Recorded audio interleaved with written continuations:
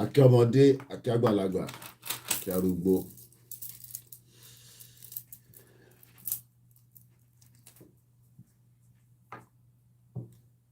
Ọlọ́run ọba Elédùmarè á fi wá lọ́kàn balẹ̀. Kò sí fọ̀kànbalẹ̀ rárá ní location 9. Ó bá ń kẹ́mi sókè ni. Let's start getting ready for our morning broadcast. As we say, good morning. Good morning, good morning. Anybody in G, onika ma dúpẹ́ f'Ọlọ́run. Say good morning. At least you're jí sáyọ̀. Ọ̀pọ̀lọpọ̀ tí jí báyìí nísìn ojú oorun ló gbà lọ. A kí gbogbo àwọn tó fẹ́ òmìnira. Àwọn kan ní dìgbà tá bá sọ fún gbogbo àwọn ọba, ká sọ fún Ọbásanjọ́, ká sọ fún àwọn politician. Ó dà pé orí gbogbo yóò pè pẹ̀lú àwọn nonsense talk tẹ́ máa ń sọ yẹn. Wà fún gbogbo ilé sí dáadáa. Ẹ jẹ́ n parí Starr Radio. Ẹ̀rí gbogbo nonsense tẹ́ máa ń sọ, tẹ́ máa ń ní ẹ pé tá bá kárí àwọn ọba long, a lè lọ bí kankan, a gbọ́dọ̀ kárí. Kí ni gbogbo nonsense tẹ́ máa ń sọ yẹn? Ẹ gbọ́dọ̀ sọ fáwọn ọba, ẹ fẹ́ gba Yoruba Nation. Ẹ ti sọ fún Ọbásanjọ́, ẹ ti sọ fún àwọn politician yín ò lè wo lẹ́fẹ́ lọ sọ fún pé fẹ́ gba Yoruba Nation tó máa dá yín lóhùn. Àwọn politician mùjẹmùjẹ o, ẹ má bínú láti wá àwọn máa ṣe sọ̀rọ̀ náà tó ń reflect yẹn. Wọ́n ní kẹ́ sọ fún àwọn politician yín pé fẹ́ gba Yoruba Nation. Ṣé politician ready láti gba Yoruba Nation pẹ̀lú yín? Àwọn wèrè a kàn jókòó sórí screen, a máa pariwo. Ó yẹ ká sọ fún ọba, ó yẹ ká sọ fún gbogbo politician. So àwọn ọmọ pé yà ń jẹ ọmọ Yorùbá. Ìbéèrè ni o. Kẹ́mi máa ń fẹ́ béèrè pé wọ́n ní àwa tá à ń sọ pé a fẹ́ gba Yorùbá Nation yẹn, irọ́ là ń pa fún yín, a fi ń gbowó lọ́wọ́ yín ni. Politician mélòó ló fẹ́ kí Nàìjíríà pín níbi tílẹ̀ mọ́dé láàárọ̀ yìí? Ìbéèrè ẹ bá lọ béèrè lọ́wọ́ gbogbo àwọn stupid people tó máa ń sọ nonsense yẹn. Politician mélòó ló fẹ́ jẹ́ kí Yorùbá dá dúró gẹ́gẹ́ bí orílẹ̀-èdè? You know, how many of the politicians want us to be free? None of them. Tó bá jẹ́ pé àwọn ti Scotland gan tán ní àwọn fẹ́ gba freedom lọ́wọ́ Britain. Kí ni Britain sọ fún wọn? Britain ní àwọn ò lè jẹ́ kó lọ. Àbí nǹkan tí British government ń sọ fún ọkọ nìyẹn. So how many of your politicians will allow us to be free is a question. Because if people say, everybody must be aware that we are going and they have to agree. Ìkọ̀lẹ̀ sọ pé fẹ́ gba Yorùbá Nation. Bàbá kí tó yóò lè gba Yorùbá Nation fún yín bẹ́ẹ̀ yẹn. Unity yóò lè gba Yorùbá Nation fún yín. You know. They talk nonsense. Nonsense ló ń sọ yẹn. Complete nonsense. So, àfún ilé sí dáadáa, à ń bọ̀. Ẹ jẹ́ àwọ̀wọ́ parí Starr Radio. Ká lọ sọ fún àwọn politician lẹ Yorùbá. Wọ́n mọ̀ pé àwọn politician yẹn ò ní fún yín láyè kẹ́ lọ. Bọ̀ wọ́n ní kẹ́ lọ sọ fún àwọn politician. Wọ́n máa pè mí nísìnyí. Wọ́n yàn máa ti rí pé yàn ti tọ ọwọ́ sọ. Ẹ jẹ́ kí yàn rest. Àwọn politician tó yẹ pé ẹ lè ní engagement pẹ̀lú wọn àfi tó bá wá sí abroad nìkan. Kò sẹ́ni tó ní engagement kankan pẹ̀lú any of the politicians. They are all criminals. Criminals, every one of them. You cannot have any engagement with any of your politicians. Ṣáwọn yẹn nìyẹn máa lọ sọ fún pé ẹ jẹ́ ká a fẹ́ gba Yorùbá Nation náà, a dẹ̀ gbọ́dọ̀ lọ o. Àbí bẹ́ẹ̀ kọ́? Bẹ́ẹ̀ ni James Lincoln, you know, mo rẹ́ gbọ́ mi kan tó ń ṣe program. Wọ́n ní ẹ fẹ́ gba Yorùbá Nation. Báwo lẹ ṣe fẹ́ gba Yorùbá Nation?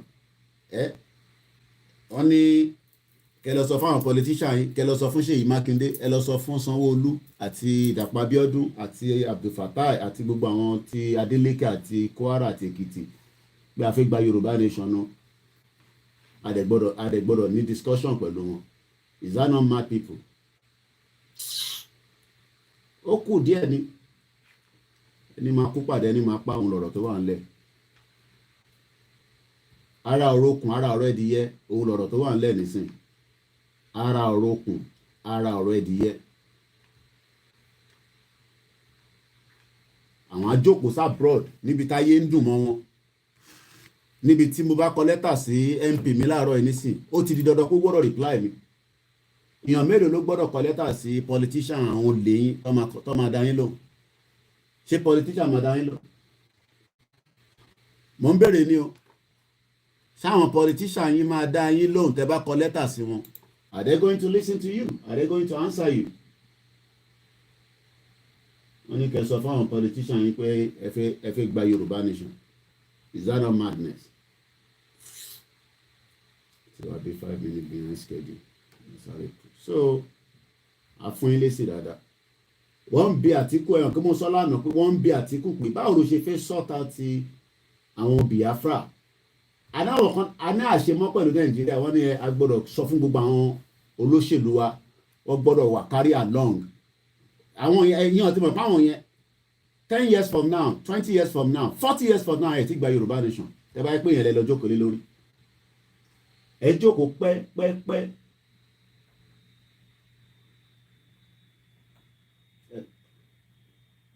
Òkùnkùn sẹ́ni tó mọ̀ ń táyà rẹ̀ ṣe fún UK ó kù díẹ̀ ni. UK gan tó lóun lágídí nígbà táyà rẹ̀ tó fẹ́ dí pẹ̀lú wọn dáadáa wọ́n ní kólúkálukú máa lọ ni. Wọ́n ní kólúkálukú máa lọ kó lọ ṣèjọba tiẹ̀. Máa pa fóònù ní sí padà báyìí tí ìrìyàn tí yàn bá ti wọ̀n náà yà máa disturb me. Yeah, get out. Wọ́n ní kólúkálukú lọ ṣèjọba rẹ̀ ni. So ibi tí gbogbo a ṣì máa end up sí ó kù díẹ̀ ni. Wicked country, wicked people. Sọ fáwọn èèyàn pé kí gbogbo àwọn ọba tó ní respect fáwọn aráàlú mọ́. Ṣáwọn ọba wa ní respect fáwọn aráàlú? Wọ́n ní respect ni wọ́n ń jí wa gbé, ló ń kó gold wa, ló ń kó resources wa. Àwọn ọba ò lè sọ̀rọ̀, wọ́n dákẹ́ yányán, wọ́n dákẹ́ àbí bẹ́ẹ̀ kọ́. Ara òrókun ara rẹ̀ dìyẹ ni gbogbo ìtẹ̀ wà ńlẹ̀ lọ múra. Ọ̀rọ̀ tó wà ńlẹ̀ United Nations sì máa dá sí pé wọ́n ní dá sí yẹn irọ́ ni. Lọ múra. Sọ fún yín pé freedom pé ọkọ̀ máa ń gbé fún yàn lórí dining table ni. Wọ́n ń gbé freedom fún yàn lórí dining table. Ìwọ náà máa ṣe kí ni wàá ṣiṣẹ́ lé lórí because ìlú tó bá ti gba freedom ayé yín máa better. Ẹ má bínú iná tó ń reflect yẹn. Iná ẹ̀ káwọ́ kọ́ máa dọ́ọ̀lì kámẹ́rà wa ni. I don't know why it's reflecting on the. Kí n kan sọ fún yẹn. Àwọn tó ń jókòó wọ́n ní wọ́n máa gba Yorùbá Nation lénìí, wọ́n máa gba Yorùbá Nation lọ́la, wọ́n máa gba Yorùbá Nation lọ́túnla. Wọ́n parọ́ fún wọn, wọ́n gbowó lọ́wọ́ wọn. Àwọn òmùgọ̀ kan náà. I just laugh when people talk that nonsense. Wọ́n ti rí i pé a ti wà determined pé sẹ́ a náà ṣe Nàìjíríà mọ́. Ní Nàìjíríà work, ní Nàìjíríà work fún yàtọ̀ sáwọn olè politician yìí. It's not working for anybody. So why should we be forced to remain in Nigeria? Is the question. Why should we be forced? Nigeria doesn't like the Igbo people.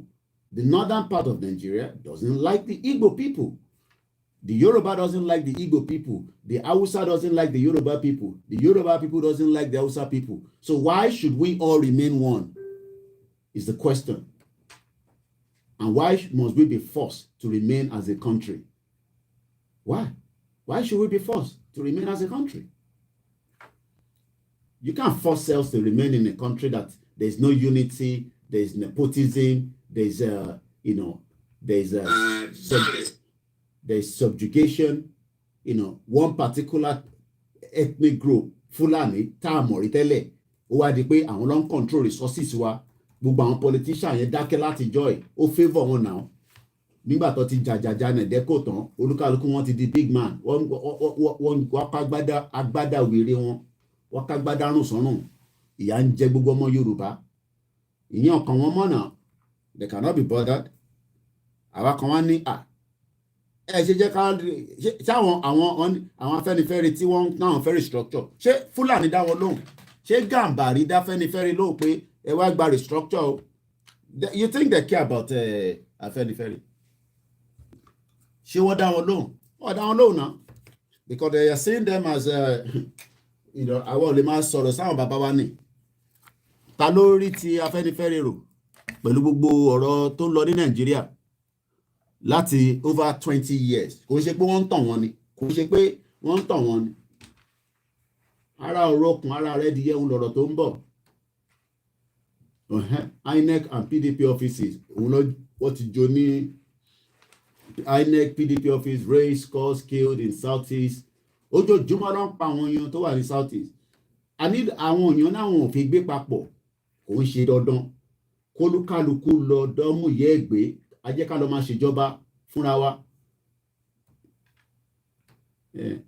ẹ gbọ́dọ̀ sọ fún àwọn politician yín àwọn politician gbọ́dọ̀ mọ̀ nípa afẹ́ gba Yorùbá nation wọ́n gbọ́dọ̀ fọwọ́ sí mad people all over the place èèyàn kan jókòó sí abroad wọ́n máa sọ jágbàjàgbà lẹ́nu àwọn èèyàn wà ń lé wọ́n sunkún lójoojúmọ́ for the last 23 years of this democracy kò sí kọ́tà kan tí wọ́n lè point sí níbi tílẹ̀ dé nísìn láàárọ̀ yìí pé ní local government kan o tó bá débẹ̀ láàárọ̀ yìí àǹfààní kan ló máa rí jẹ o àǹfààní kan ló máa rí jẹ o àfi káwọn èèyàn máa Router released fresh report accused army of massacre ṣe ń gbọ́ tó bá sọ pé Routers àwọn èèyàn ń ṣe bọ́lẹ̀ kájà media yín o bàtà àwọn èèyàn kúkú ní àwọn èèyàn wọ́n rí gbogbo eléyìí o 62 years pain upon pain àwọn ajókòó sí abroad àwọn lọ́mọ bọ́ ṣe ń sọ̀rọ̀ ọmọ bọ́ ṣe ń ṣe analysis èyí tẹ̀ wá ń lé ẹ bá dá wọn lóhùn pẹ́rẹ́ pé ká lọ sọ fún politician kọ̀kẹ́ tó lọ ìyá jẹ ṣégè ibo yóò yà ẹ bá jókòó tẹ́ ń gbọ́rọ̀ àwọn jágbajàgba nonsense conversation nìyẹn ó máa gbóná pé ọkàn fẹ́ṣẹ̀ mi pé ká má máa sọ yẹn ni pé Koiki ó mọ̀ pé àwọn tó ń tẹ̀lé ẹ̀ pọ̀ má máa sọ̀rọ̀ àwọn ọ̀rọ̀ bẹ́ẹ̀ yẹn pé kò ní gbóná yẹn rọ́lẹ̀ pa ó gbọ́dọ̀ gbóná ó máa gbóná máa yẹrù kú mọ́sẹ̀ ẹ̀wọ̀n kò torí pé mi ọkọ̀ máa ní ẹ Koiki mọ̀ ọ̀rọ̀ tí wọ́n bá ti sọ nísìnyí ẹ lọ́mọ máa mú mọ́ mad people all over the place student to law school kò sí nǹkan kan tó ń ṣiṣẹ́ nílẹ̀ Yorùbá àwọn etí ń dùn gbogbo àwọn politician wa ṣé tí ń dùn wọ́n ní owó wọn la fi ń ṣe gbogbo dis la fi ń ṣe dasi ìyẹn ló ń dọ ẹlòmíì ní sí bó ṣe wà ẹ́ ní sí Koiki gbogbo kìíní mà ti ń change no kò ní change ojú kan náà la máa wà mad people all over the place ìkọ́tẹ̀sọ fún àǹtí mi kan pé tí àti bó ń lòdì sí òye ló ń bí òun nínú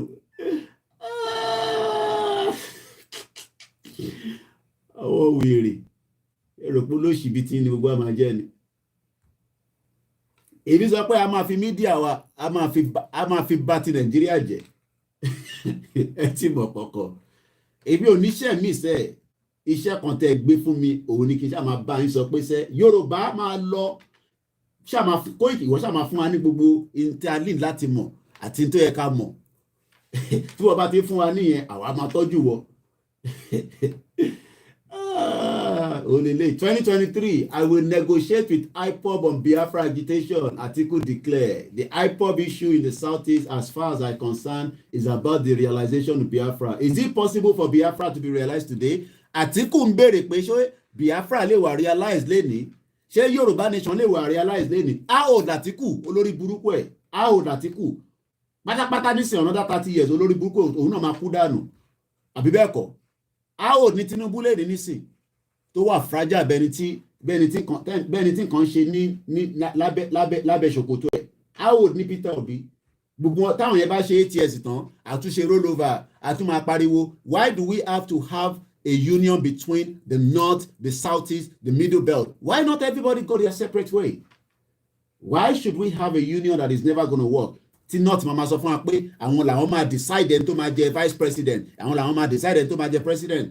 Ẹ mọ̀ pé tí Tinubu bá ṣe tán wọ́n tún máa láti sọ fún wa pé tá bá máa mú the next president tó north tún lè sọ pé àwọn náà làwọn fẹ́ jẹ́. Southwest náà lè sọ pé àwọn làwọn fẹ́ àwa máa ṣe merry go round a máa lọ round ṣé ìyẹn orí yẹn la fẹ́ dúró sí orí yẹn la máa jókòó sí ṣe rí pé à ń lọ́bi kọ́kàn nìyẹn. So the best bet for us now is for everybody to just go their separate ways. Simple as that. Ex-Twitter chief says Nigeria lied about negotiating with the company. Ṣé ń gbọ́?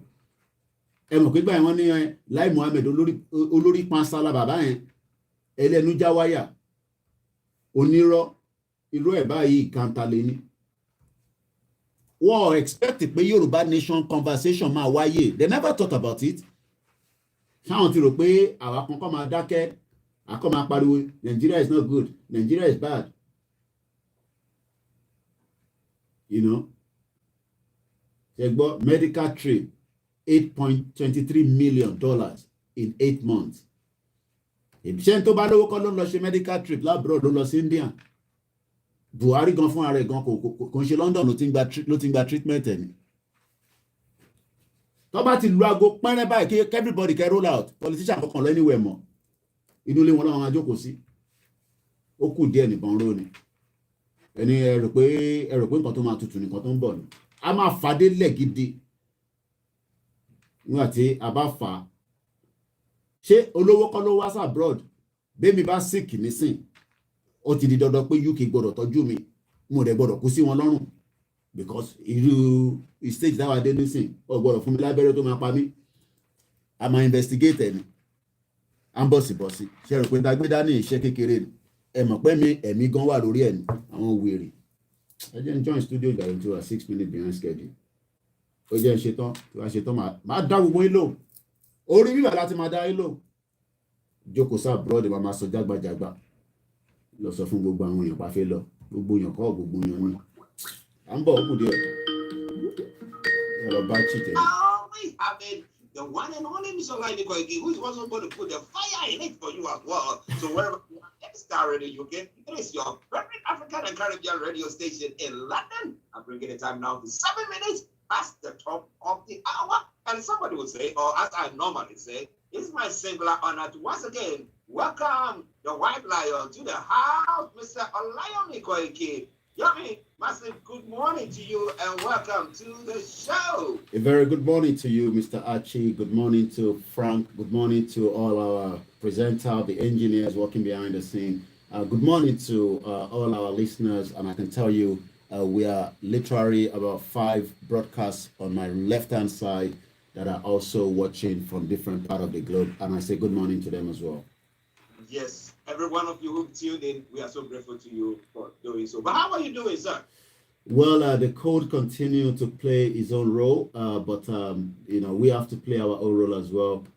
Yesterday, you know, some schools were shut due to the you know, contingency of the problems, you know, here in the United Kingdom, while some of the other schools were on as well. But the children were not going to school yesterday because the floors were very slippery. We've seen a lot of you know, uncertainty in the road network. Like we're also aware that the strike that will be taking place, you know, from today as well throughout this week is a very, very important one that if you are not too sure of having to be outside, please stay indoor and keep an eye on the Starr Radio UK, where we will be giving you all the reports around the globe, you know, the news, the traffic as well. But if it's important, you can then make that journey out as well. But apart from that, I've been out again this morning as usual. Very, very cold, bitterly cold, I can tell you. I'm not sure whether, like I said, the driver understands that when you get into that bus, it needs to be warm. Probably maybe there's time now for some of us to start putting some petition around some of these drivers that are probably not understanding that we are paying for that service. This is not Africa. That heater must be on the bus so that it can keep us warm. But apart from that, we're back again doing what we love to do, giving those headlines from Africa. But this time around, it's coming from Nigeria. Yes, Mr. Olabi. But you think that maybe, you know, all these electric buses that they are trying to introduce, maybe it's not got enough power to power the heating.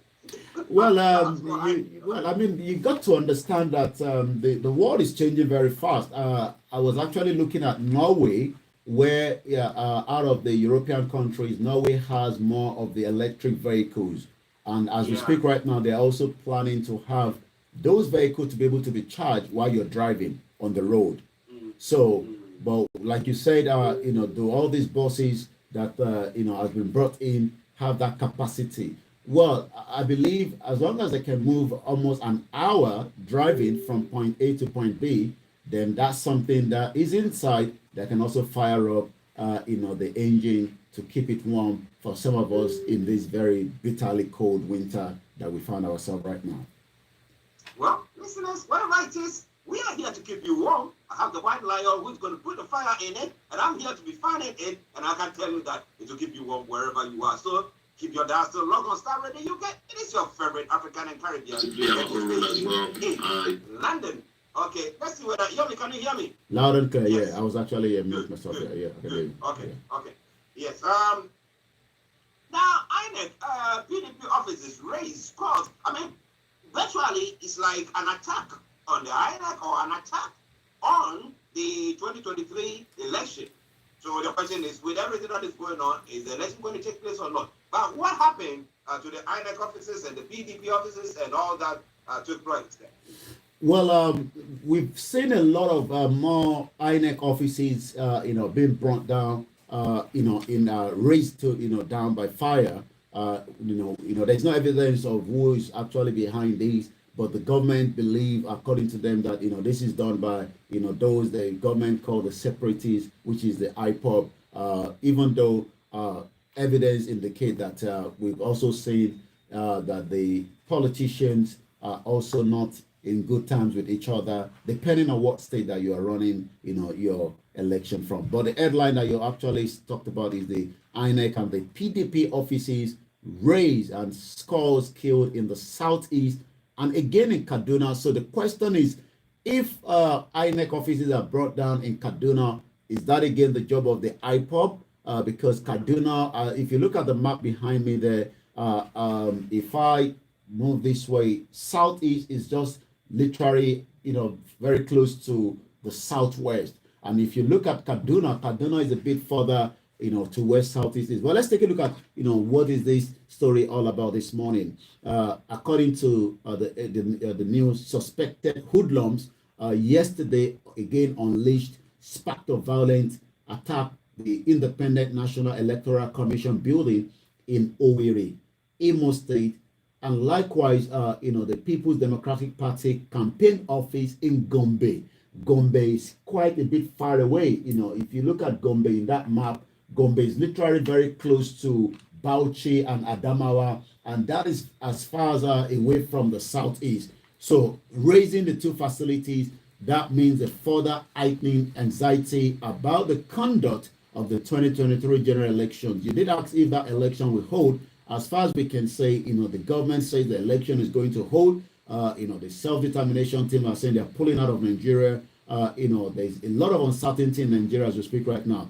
Also, even as the Nigerian Air Force were bombing the terrorist hideout in 3 local government areas in Bini Garua, which is a very, very important, that the Nigerian government continue to fish out and flush out these terrorists, but to be mindful of the innocent citizens within those regions as well. Igabi and Chikono in Kaduna, so you can tell that, killing as many of the, the terrorists. The operation it was led was aimed at clearing the areas of the criminals ahead of the forthcoming poll. So it seems now that if you remember that in 2015, the election was pulled just because 17 local government was in the hands of the terrorists, and 3 states were literally no-go area. So it seems maybe the order from Buhari is to clear all these areas as quickly as possible so that the election can hold.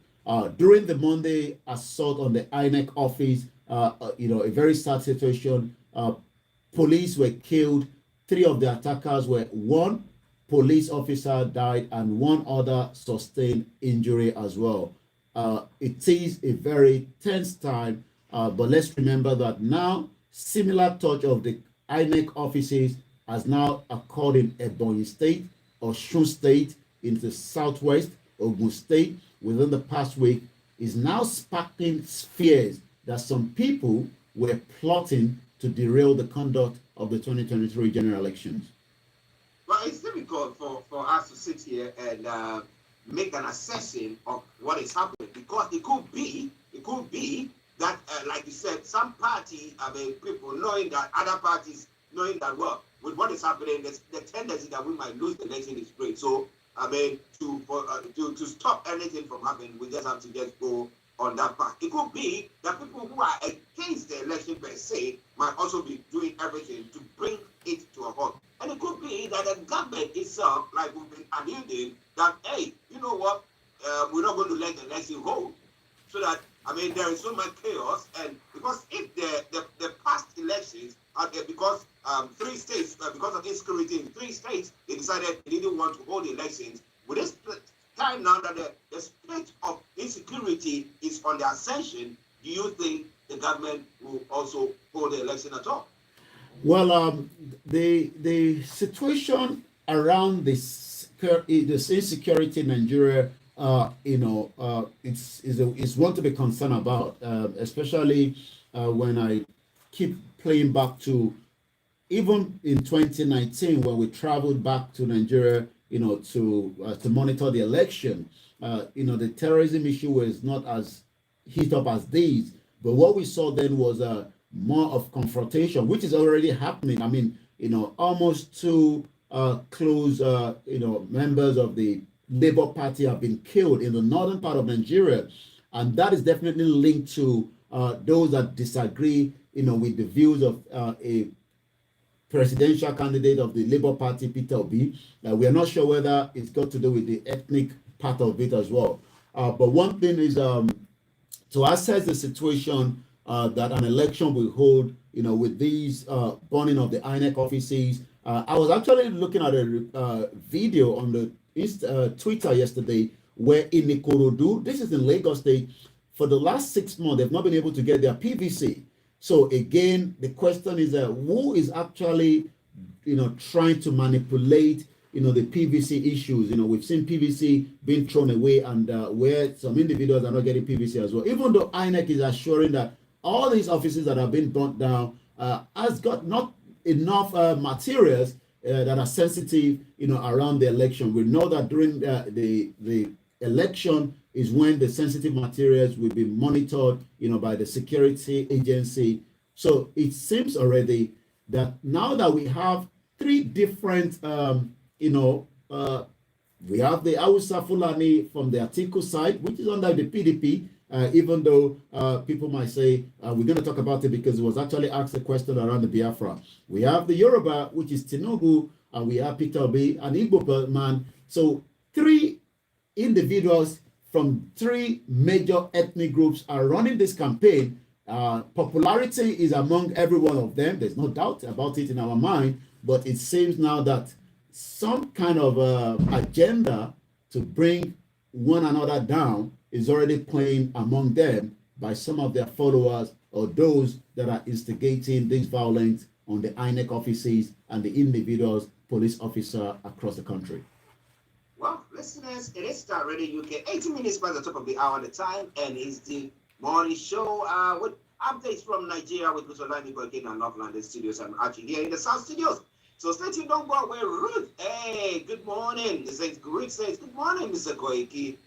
God bless you, Mr. Koiki. Yes, may God bless you too for also tuning in to listen to us. All right, then.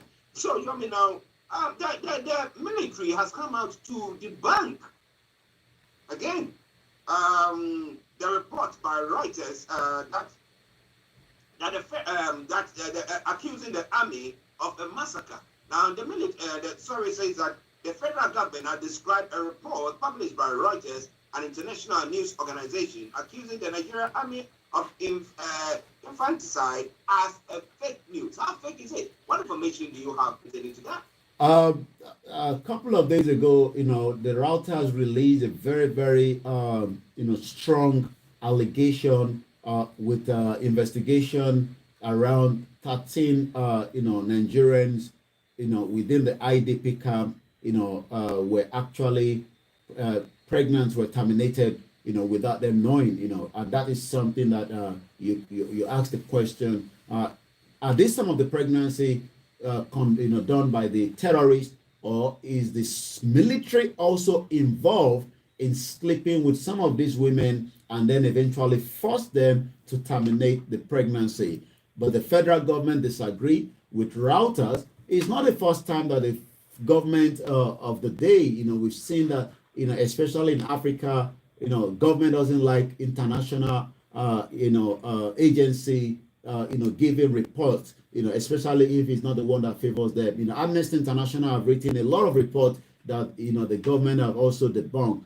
But as this is just as the news agency has also again published a fresh report yesterday in which it accused the Nigerian army of not just carrying the termination of pregnancy, but also carrying out a massacre of children during the ongoing war against terrorism. That again is a flag right there. The Reuters, in that report that was released last week Wednesday, accused the military, the Nigerian military, of running a secret abortion program on female victims of terrorists, adding that no fewer than 10,000 pregnancies have been terminated since at least 2013. Following the Reuters investigation, the United Nations General Secretary Antonio Guterres has also spoken, called on Nigerian authority to investigate allegation. I'm not sure that is going to happen, so he's probably living in his own world there, thinking that the Nigerian is going to investigate anything. They already denied it. However, speaking at the event to showcase the scorecard of the Ministry of Science and Technology and Innovation under the present regime yesterday, the Minister of Information and Culture, the one and only Alhaji Lai Mohammed, accused the Reuters of making such allegation without a piece of evidence. He said the news agency made this grave allegation without scrutiny of evidence, citing only anonymous sources, report review of phantom document. The agency claimed its investigation was based on interview with 33 women and girls to arrive at the bogus 10,000 abortion, and in further indication that the figure of abortion quoted was arbitrary or possibly conjured, the agency first put the figure to. So it seems already that the federal government under Alhaji Lai Mohammed has knocked that. Should we then say that is it the same thing that now that the ex-Twitter chief says Nigeria lied about negotiating with the company during the month-long ban? So it can tell now who is lying, because in June last year, the federal government gave impression when Lai Mohammed traveled to US, telling Nigerians that they have already negotiated with Twitter, but the Nigerian government that blocked Twitter in June 2021 then falsely claimed to be in negotiation with the Twitter executive. That never happened. Twitter did not negotiate with President Muhammadu Buhari's regime to overturn the micro-blogging site's 7-month ban. So it seems that the federal government must have just turned it back on, and they're already using that now for their campaign under the Twitter itself. Now, interesting. I mean, when it comes to Lai Mohammed, after the Lekki Toll Gate massacre inquiry that took place with, learned people, justices, and people sitting down, bringing evidence, gathering evidence, he came out to say that it was all a lie. So, this that the people are not there to have had maybe an official body like this to do it. I know for sure government is going to say that it is a lie. But, I know definitely that lives have been lost, because when the military goes after what they call them terrorists in their camp or in their forest, wherever they might be, by pursuing them, because they go along with their women and their children. There's a tendency that so there should be, I like government to come out that, well, there could have been something of the sort, but maybe the number of casualties will not be right. But when they come out to blatantly say that we don't agree to that, then I get myself thinking that, well, I think Lai Mohammed is becoming the proper liar Mohammed as he has been. But Prince Abimbola says, good morning, Mr. Archie and White Lion. The root says Yoruba Nation, now. No going back 100%. And then he said Nigeria is 419 and dead. What are you also saying? Let us hear from you. Listener Starr Radio UK, your favorite African and Caribbean radio station in London. Let's quickly hop on to one other story, and then we'll come back to some of the others. That is pertaining to the statement that Atiku has made, that he can negotiate a peace in the southeast, the Biafra, area. Do you think he can do that? The question is, he has asked himself again, is if Biafra is still, possible. He was actually asked this question during the interview that a town hall engagement that he had with one of the mainstream media back in Nigeria over the weekend. And the question is, whether what would Atiku do, around the Biafra agitation. I will negotiate with the IPOB on Biafra agitation. We don't know what kind of negotiation would that be, whether to just releasing the Kanu and then allow IPOB to continue their campaign for the right to self-determination, and the Yorubas as well that are also doing the same thing. But Atiku declared the IPOB issue. This is in the words of Atiku himself. And Atiku, for those that are not aware, is the presidential aspirant for the People's Democratic Party in Nigeria for the upcoming election next year.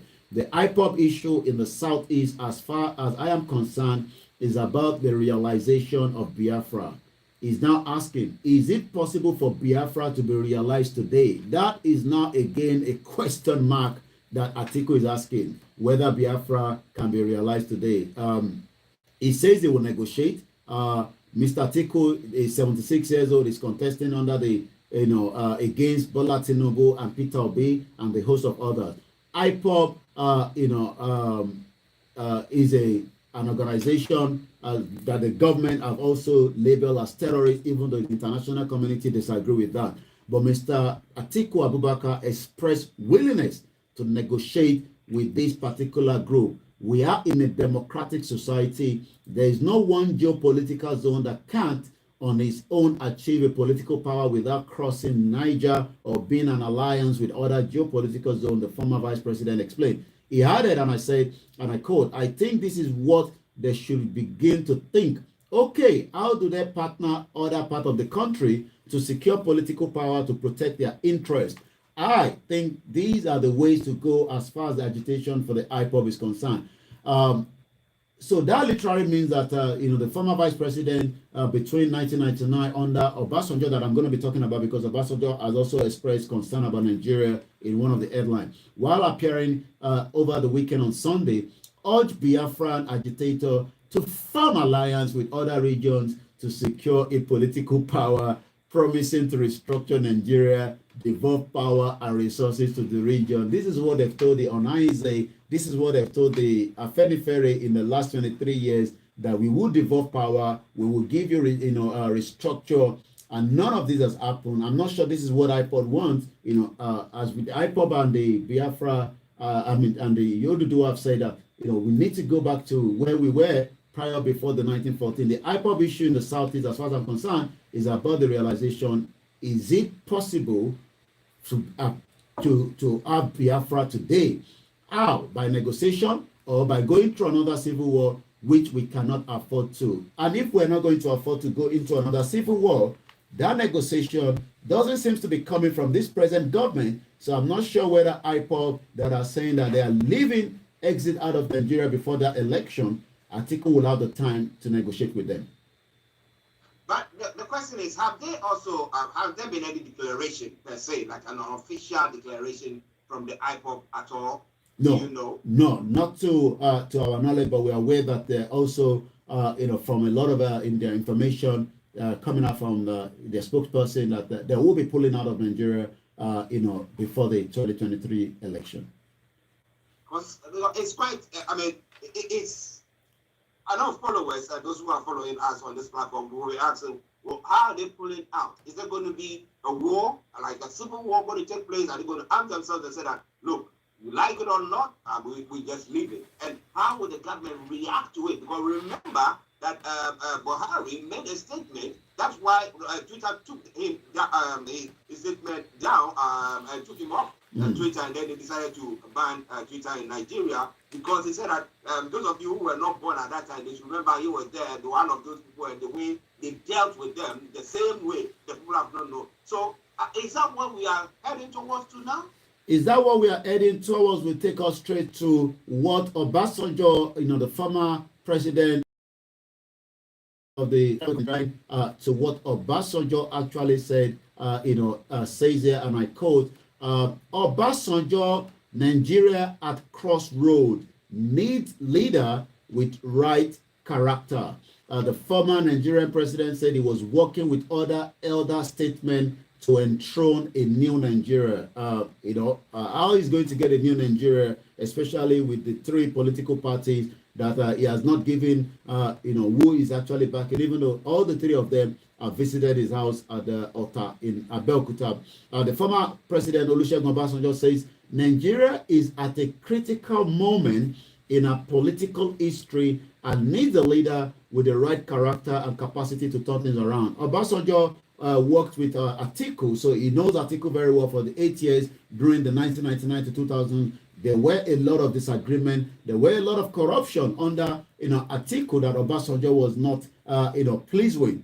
Obasanjo knows Tinubu very well. Remember that Obasanjo locked the resources that should have gone to Lagos State because he disagreed with Tinubu, and it was a loghead between Obasanjo during his 8 years and Tinubu, because Tinubu was then the governor of Lagos State, and likewise Obasanjo knows Peter Obi very, very well. So we don't know who is working with that is going to give this new Nigeria, whether a lot of Nigerians agree, with this elder statement, because a lot of Nigerians doesn't even count them as any elder statement because they look at them as a failure, and Obasanjo himself said so, that, his generation actually failed Nigeria.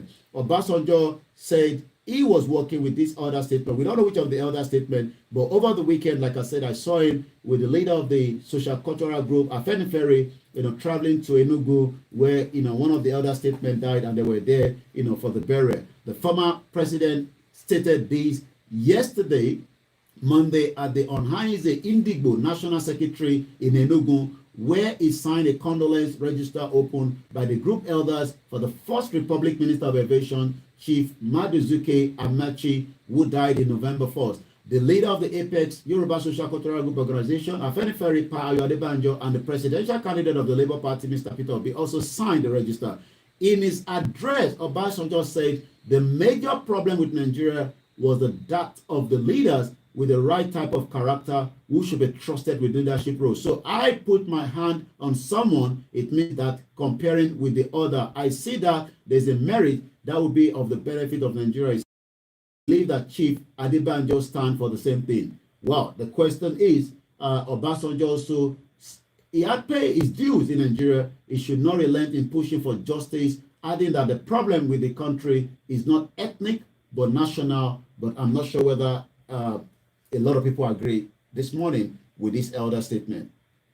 Well, listeners, it is Starr Radio UK. We still got lots to come your way. But Ruth says that since they killed my brother in Nigeria, Delta State, and since then, I have been supporting Yoruba Nation. I mean, we talk about marginalization, when people are thinking that their rights have been taken out of their hands. And what do? You push people to the wall, push their back to the wall. It gets to a point, they cannot stand it, and they have to bounce back.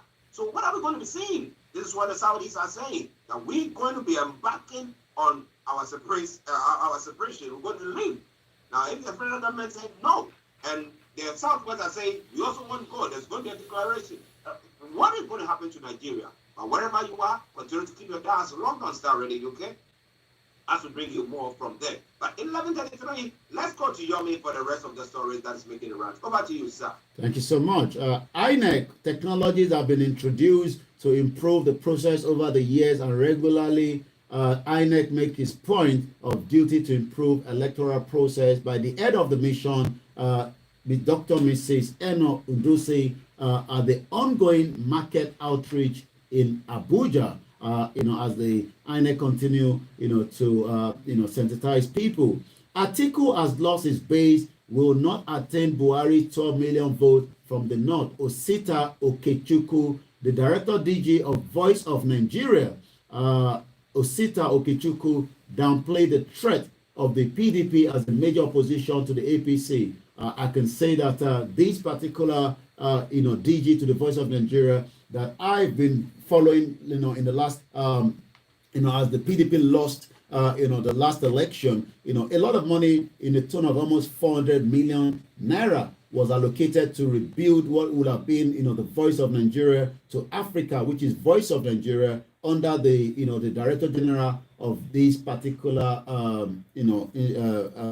part of the government institution, OSITA. We're not sure what the money has been used for, but I can tell you that some of the evidence that have come to us through, the complete, the one in Ikorodu is completely being overrun by mice as we speak right now. And the question again is, he will speak against Atiku because he was actually brought in by the APC government. Let's quickly look at one or two in the business part of Nigeria this morning, and then we go to the social media at exactly 11:35. And this is Star Radio UK. Ghana is also coming on to our news this morning. Ghana to borrow $3 billion from the IMF is one of the headlines here as well. Incest farmer herders conflict at threatening food security. The federal government, the issue between the farmer herder conflict is having a big problem, according to the federal government yesterday. This conflict between the farmers and the herders in the sub-Saharan Africa region was threatening food security in Nigeria. It is said that it was high time crop farmers and herders coexist peacefully, stressing that the conflict between the two groups had dragged on for too long. This is actually coming from the Minister of Agriculture and the Rural Development, Mahmoud Abubakar, yesterday in Abuja. Once again, it is your finest African and Caribbean radio station in London. It is the 13th day of December 2022 at exactly 36 minutes past 11 a.m. I will take one more from the business and straight to the social media this morning. It seems that now that the issue between the CBN regarding how much you can withdraw out of your bank account is now heading to court. Withdrawal limit, POS operator Falano head for court. But Miller, the House of Rep Speaker, fought Godwin Emefiele. So again, it seems that the issue doesn't seem to be going away as a lot of Nigerians, are going to be thinking of. So, and the reason for that is Godwin Emefiele have insisted that the federal government under President Muhammadu Buhari, that is currently in the United States for the U.S. Africa Business Leadership Summit, point of sale terminal operator and the Lagos-based human rights lawyer Femi Falana have said they will sue the Central Bank of Nigeria if it fails to withdraw the new cash withdrawal policy limiting over-the-counter cash withdrawal by individuals and companies to 100,000 for individuals, 500,000 to companies respectively per week.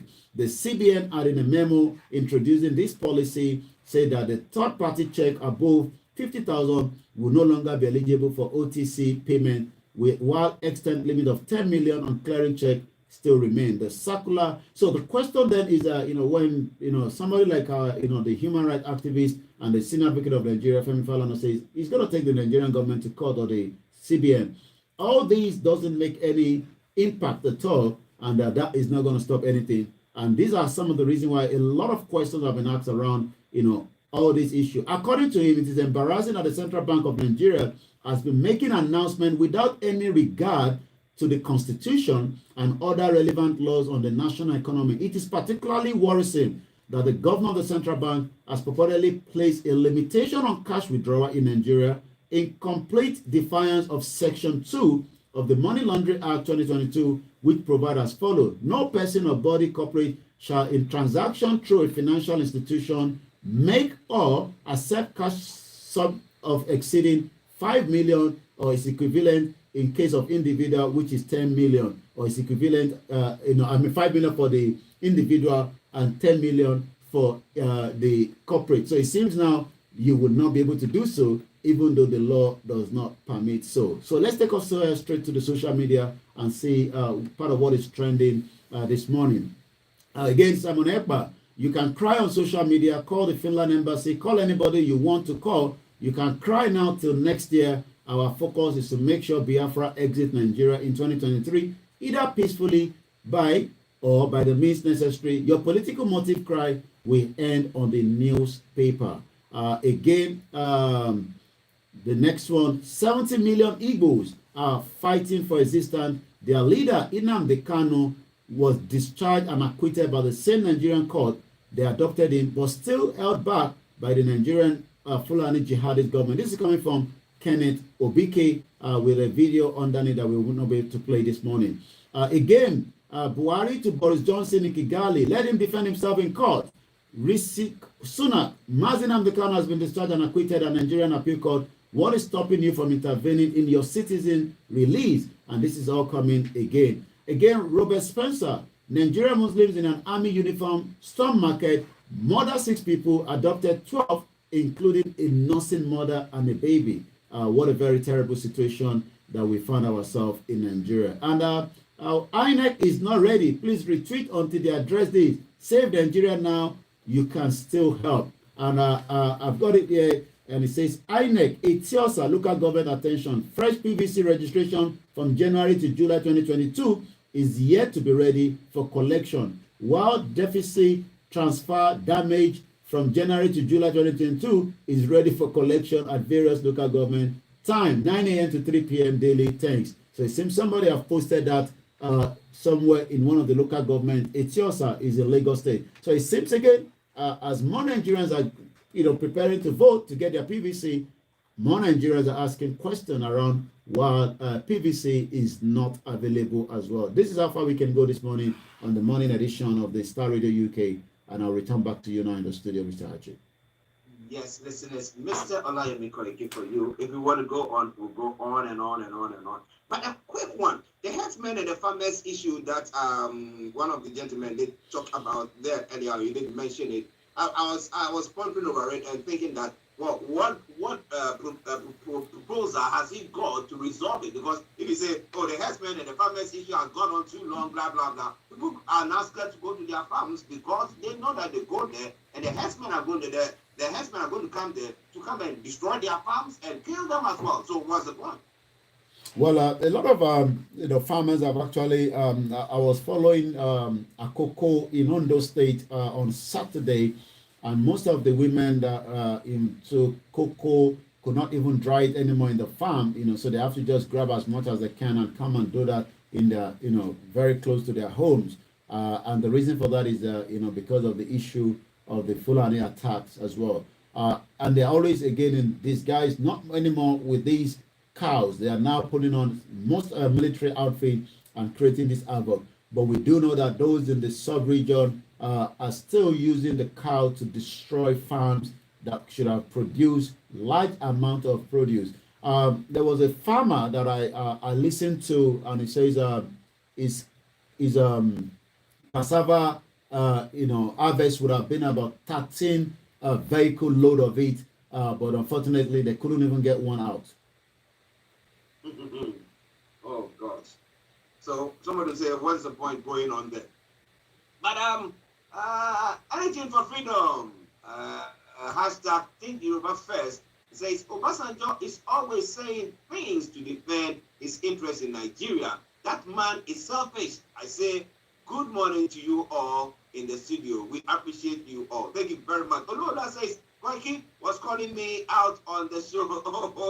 Olola, we are gentlemen. We take it, we discuss something, we finish with it, we'll move on with it. Okay? We are all fighting a good cause, and let us all stand for it. And I say it all the time, when you have a fragmented front, you not go very far. So let's put our heads together and let's get on with it. All right then? Right. Yummy, before you go. Thank you so much. Once again, we'll be back again same time tomorrow where we continue with the update from Nigeria. Have a very good morning. Stay tuned with Archie for the rest of the program. Yes, good morning, and talk to you later. Well, listeners, that has been Mr. Olayomi Koiki. And I love already call out. Ìgbà tí wọn náà call it out, when they call it out. Rò pé radio station Nigeria lélẹ̀ ni. Àti àná ẹ̀ tí ìdá kankan mọ̀ sẹ́ẹ̀. Èrè lẹ pè ní. Ó bá wa lọ sọ ẹ̀ lórí Star Radio. Ṣé Star Radio máa wá nà mí ni? Mad people all over the place. If they pain them, as if they pain them, if they pain them, if they pain them, as if they pain them. Open one.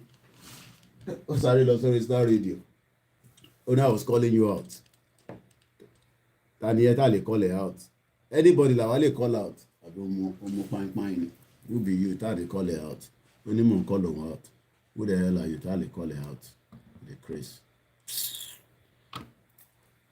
àwọn mídíà nàìjíríà yẹn lè rò pé ẹ̀ ń bá ṣe kíní níbí báyìí ẹ já sọ̀rọ̀ just for few minutes kí tó máa lọ káwá padà wá létà jàre ó ní mò ń call òun out ta ni ẹ tí mò ní call out ṣé dádì ẹ ní mi ni tí mo lè call ẹ out àbí wọ́n ni mọ́mì mi can call anybody ni mo lè call out at any time sí tí mo kò sẹ́ni tí mo lè call out ní gbogbo yìí tẹ́ bá ṣe nonsense ma call yín out call anybody out tó bá tẹ́ lọ́rùn tó bá ti tẹ́ lọ́rùn ọbẹ̀ tá kò bá gbọ́ Star Radio irú ayé máa ń ṣe kí lórúkọ máàni tí ó ní radio station yẹn ní Nàìjíríà Yínká Ayéfẹ́lẹ́ Yínká Ayéfẹ́lẹ́ radio station ló pé tọ̀dọ̀ tí wá ní onímọ̀ kọ́ ló wá ò bá ní káàkiri wá náà mi lẹ́gbàá ni orí ẹ̀ gbalẹ̀ onímọ̀ kọ́ ló wá ẹ rántí pé mo ní bàbá rẹ̀ ìyàn kan ló lánàá nígbà tá à ń ṣe program tí mò ń sọ̀rọ̀ lánàá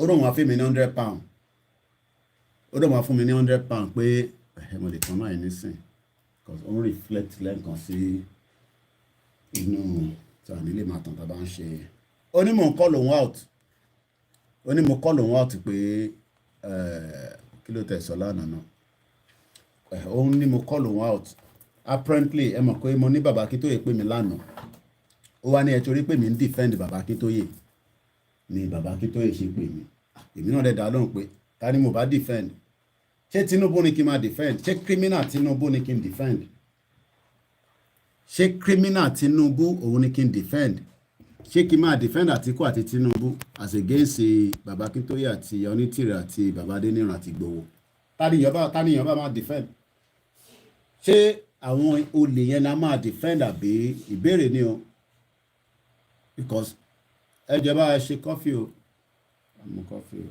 àmì àwẹ̀lé ni o àbí ṣé mo parọ́ èèyàn wa ẹ jẹ́ ká gbọ́ díẹ̀ látẹnu yín nǹkan méjì mo fẹ́ ká sọ̀rọ̀ lé lórí tá a bá lè sọ ẹ jẹ́ ká sọ̀rọ̀ lórí studio number nìkan ni o Ọbásanjọ́ sọ̀rọ̀ àti Àtíkù ọ̀rọ̀ àwọn méjèèjì mo fẹ́ ká gbé yẹ̀wò láàárọ̀ yìí if we have a bit of time which I do ẹni tó bá ní time pẹ̀lú wa so ẹni àwa ní mo á dá lóhùn lánàá lórí Star Radio pé àbúrò radio station Nàìjíríà ló pe bíbá yìí mo gbà sí fún lẹ́sẹ̀kẹsẹ̀ mo kàn ṣe ní diplomatic way mo tẹ̀ mọ̀ pé ó wà ń bẹ̀ láàárọ̀ yìí kọ́ mo ti block ẹ̀ kò lè èmi ò ní lè rí mọ́ lórí comment section mo ti gbàdánù sẹ́gbẹ̀ẹ́ wọn kó jágbàjàgbà lọ́jà rí ní jágbàjàgbà I'm sure àti ó lè wà láàrin wa báyìí nísìn bọ̀ kò ní lè wò látòrí YouTube mi ó lè wà nínú Facebook mi bá àti sáré wá nísìn ẹni yẹn wọ́n láti wá gbọ́ nǹkan tí mo fẹ́ sọ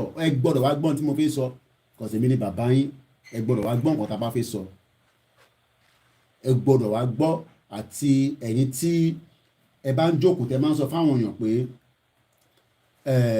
a gbọ́dọ̀ mo fẹ́ ká discuss yẹn náà táwọn èèyàn bá ń sọ pé a gbọ́dọ̀ sọ fún gbogbo àwọn politicians wa àwọn ọba wa pé a fi gba Yorùbá nation pé báwo lẹ ṣe fi gba Yorùbá nation tẹ́ ẹ̀ bá kárí àwọn ọba wa along remove ele kí ni wọ́n mean by that mo fẹ́ kí ẹ̀yin ọ̀jọ̀gbọ́n mi láàárọ̀ ẹ̀ mo fẹ́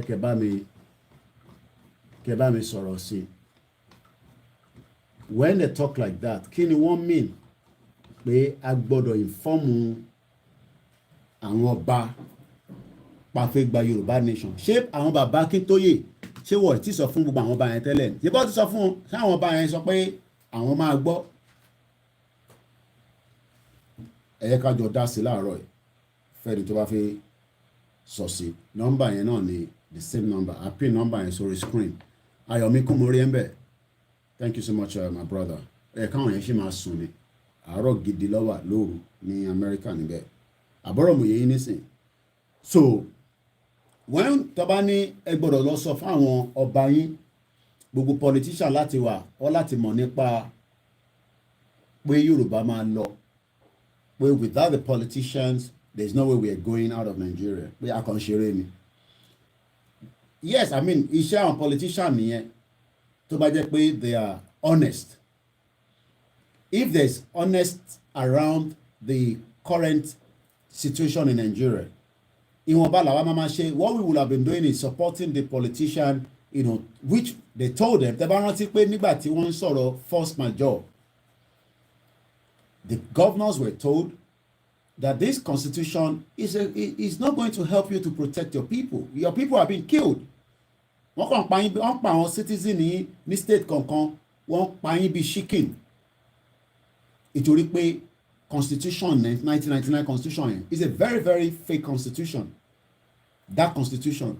Ẹ̀dá rántí pé constitution yẹn náà ni kò jẹ́ kí Akérédolú, ìyẹn governor wa ní Ondo state, láti lè ra in tó lè fi protect ará ìlú, because constitution yẹn fún any governor. Lánàá nísìn intelligence mi wọ́n move weapon gan. There's a lot of movement of weapon in Nigeria by the military. A lot. Wọ́n move weapon gan. But that's something that we can't go into too much details. They're moving a lot of weapon. Wọ́n move weapon gidi. Anytime they bá ti rí àwọn convoy àwọn military tó lọ, rest assured that they're moving weapons. Wọ́n move weapon gan. And I have a lot of video evidence as well, but our evidence that about show at the compromise àwọn èèyàn wa.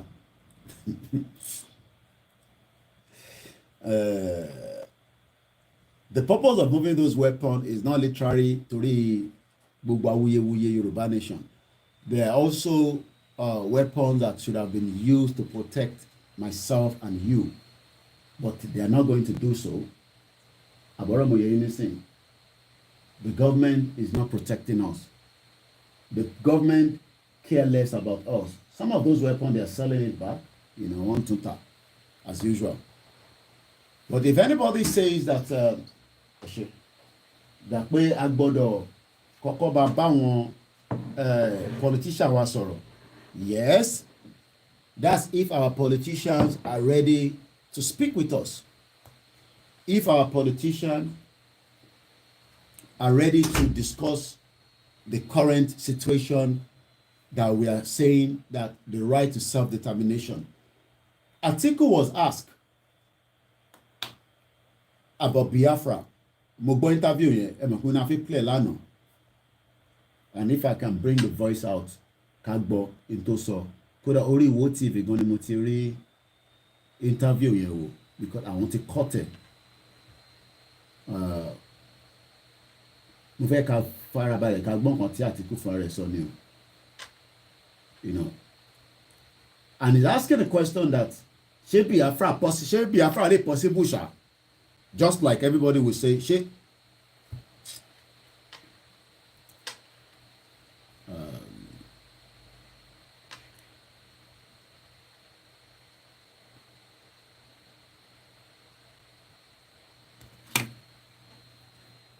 hello?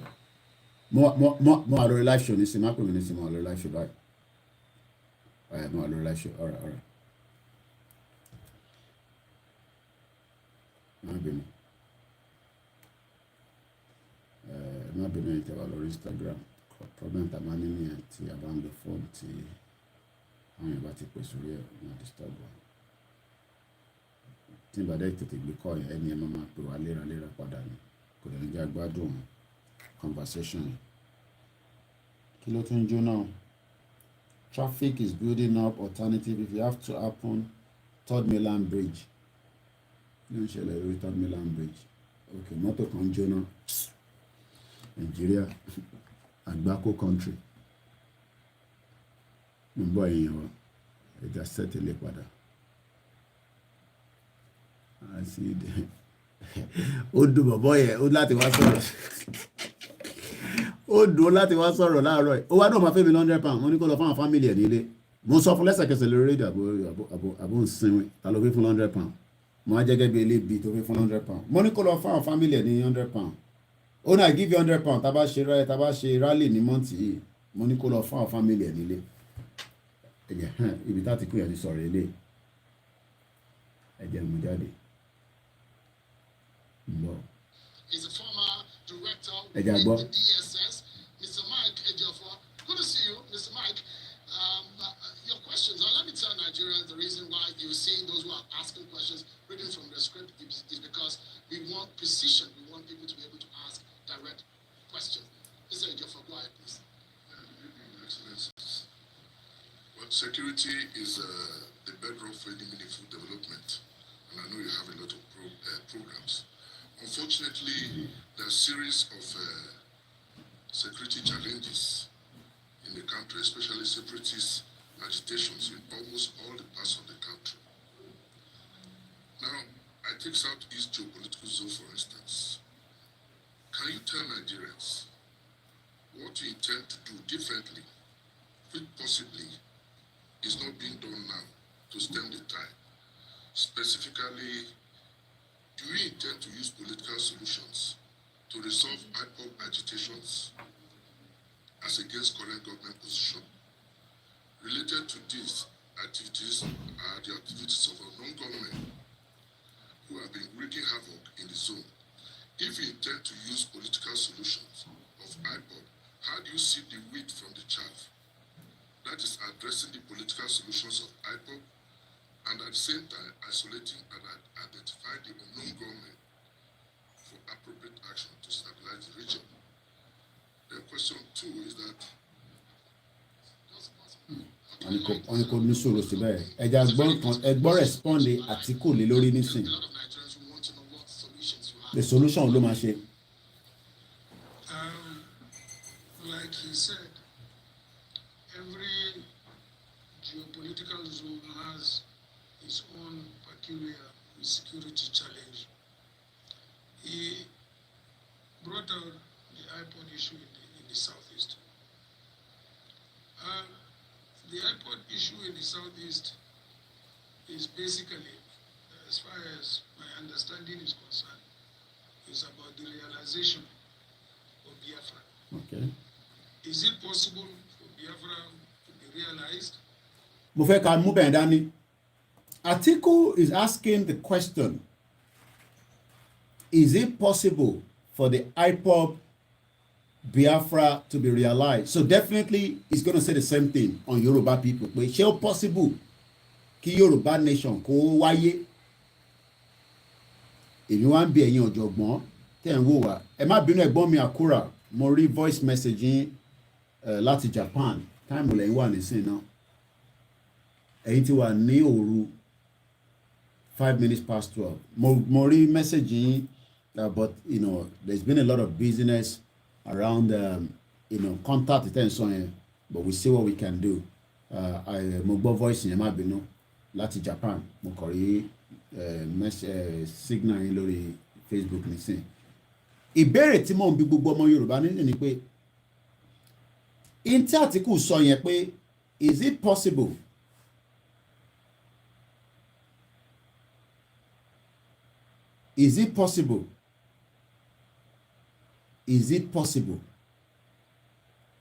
for the actualization of Biafra? Is it possible?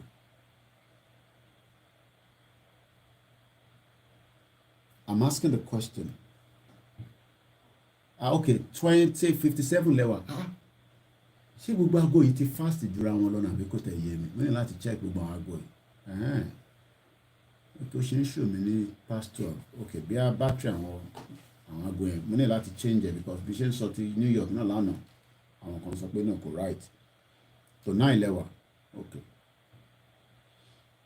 Mo gbọ́ voice yẹn, mo kàn wíyá kẹ́mọ̀ pé mo gbọ́ voice yẹn, but contact yẹn ó busy gan díẹ̀, but I'll see what we can do lágbára Ọlọ́run. Ìbéèrè tí mò ń bi, I'm asking this question now. I don't know whether we have some of our Biafra brothers in the house. Atiku was speaking during the channel's engagement, and he was asked around the IPOB, agitation. Whether what will he do different? Let me put the number out because sometimes people don't remember the number. +4474 044 05917. WhatsApp only. Atiku was responding. And his response was, is it possible? So is Atiku just saying that, in my own understanding to what Atiku have said there is, it is not going to be possible for you to have a Biafra or Yoruba nation. But what you should do is work to also have access to the power. Or maybe I don't understand. Let's finish listening to the remaining part. Today. Okay, there's somebody calling us. Let's see if the person wants. Hello? White Lion. Ẹ káàárọ̀ sá o. Ẹ káàárọ̀. Ẹ káàárọ̀. Ẹ kú iṣẹ́ takuntakun o. Àwa ni ẹ sà. Mo mọ̀ pé pẹ̀lú agbára tí Ọlọ́run kẹ̀ ti ràn wá lọ́wọ́lọ́wọ́ bàtà àti ẹ̀wà yìí. Àmín. There's no going back concerning Yoruba Nation. Torí pé kì í ṣe mímọ̀ ṣe ti àwa ènìyàn bí kò ṣe pé Ọlọ́run ló kù ti bá láṣẹ bẹ́ẹ̀. Okay. Tó tẹ̀ parí bẹ́ẹ̀ láìpẹ́ ni. Gẹ́gẹ́ bí àwọn bàbá wa Abájá Adébóyè ṣe sọ. Okay. I believe before the end of the year, good thing will surely happen concerning Yoruba Nation. In fact, first time hearing your voice, talking to you, in fact, you know me, Dunga. Eshigani, thank you so much. So, I give you kudos. Thank you, Eshigani. I give you very good kudos, girl. Eshigani, sir. All the time, I normally follow you, both YouTube and everything. Eshigani, so, we appreciate. Then, already gonna want me to okay. Okay. All right. Hold on. Our live program, law mama be aware, but that's fine. No problem.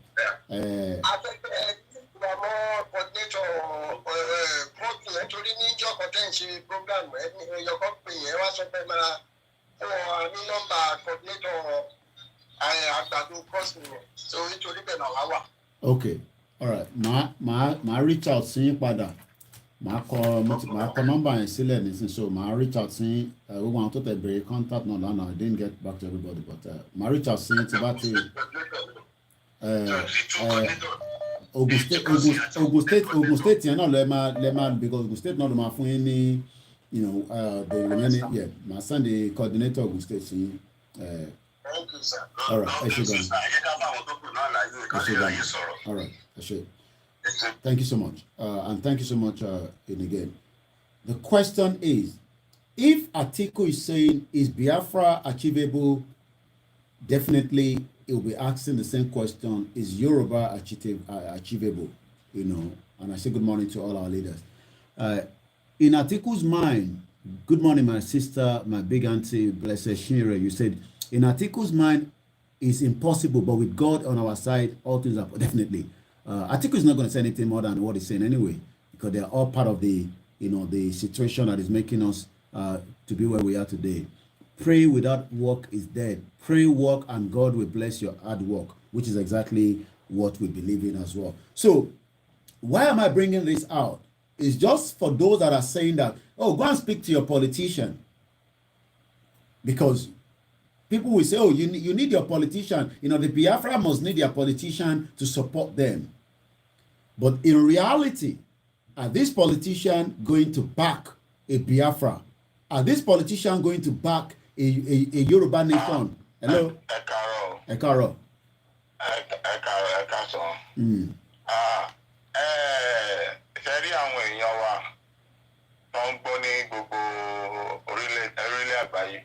Possible because there is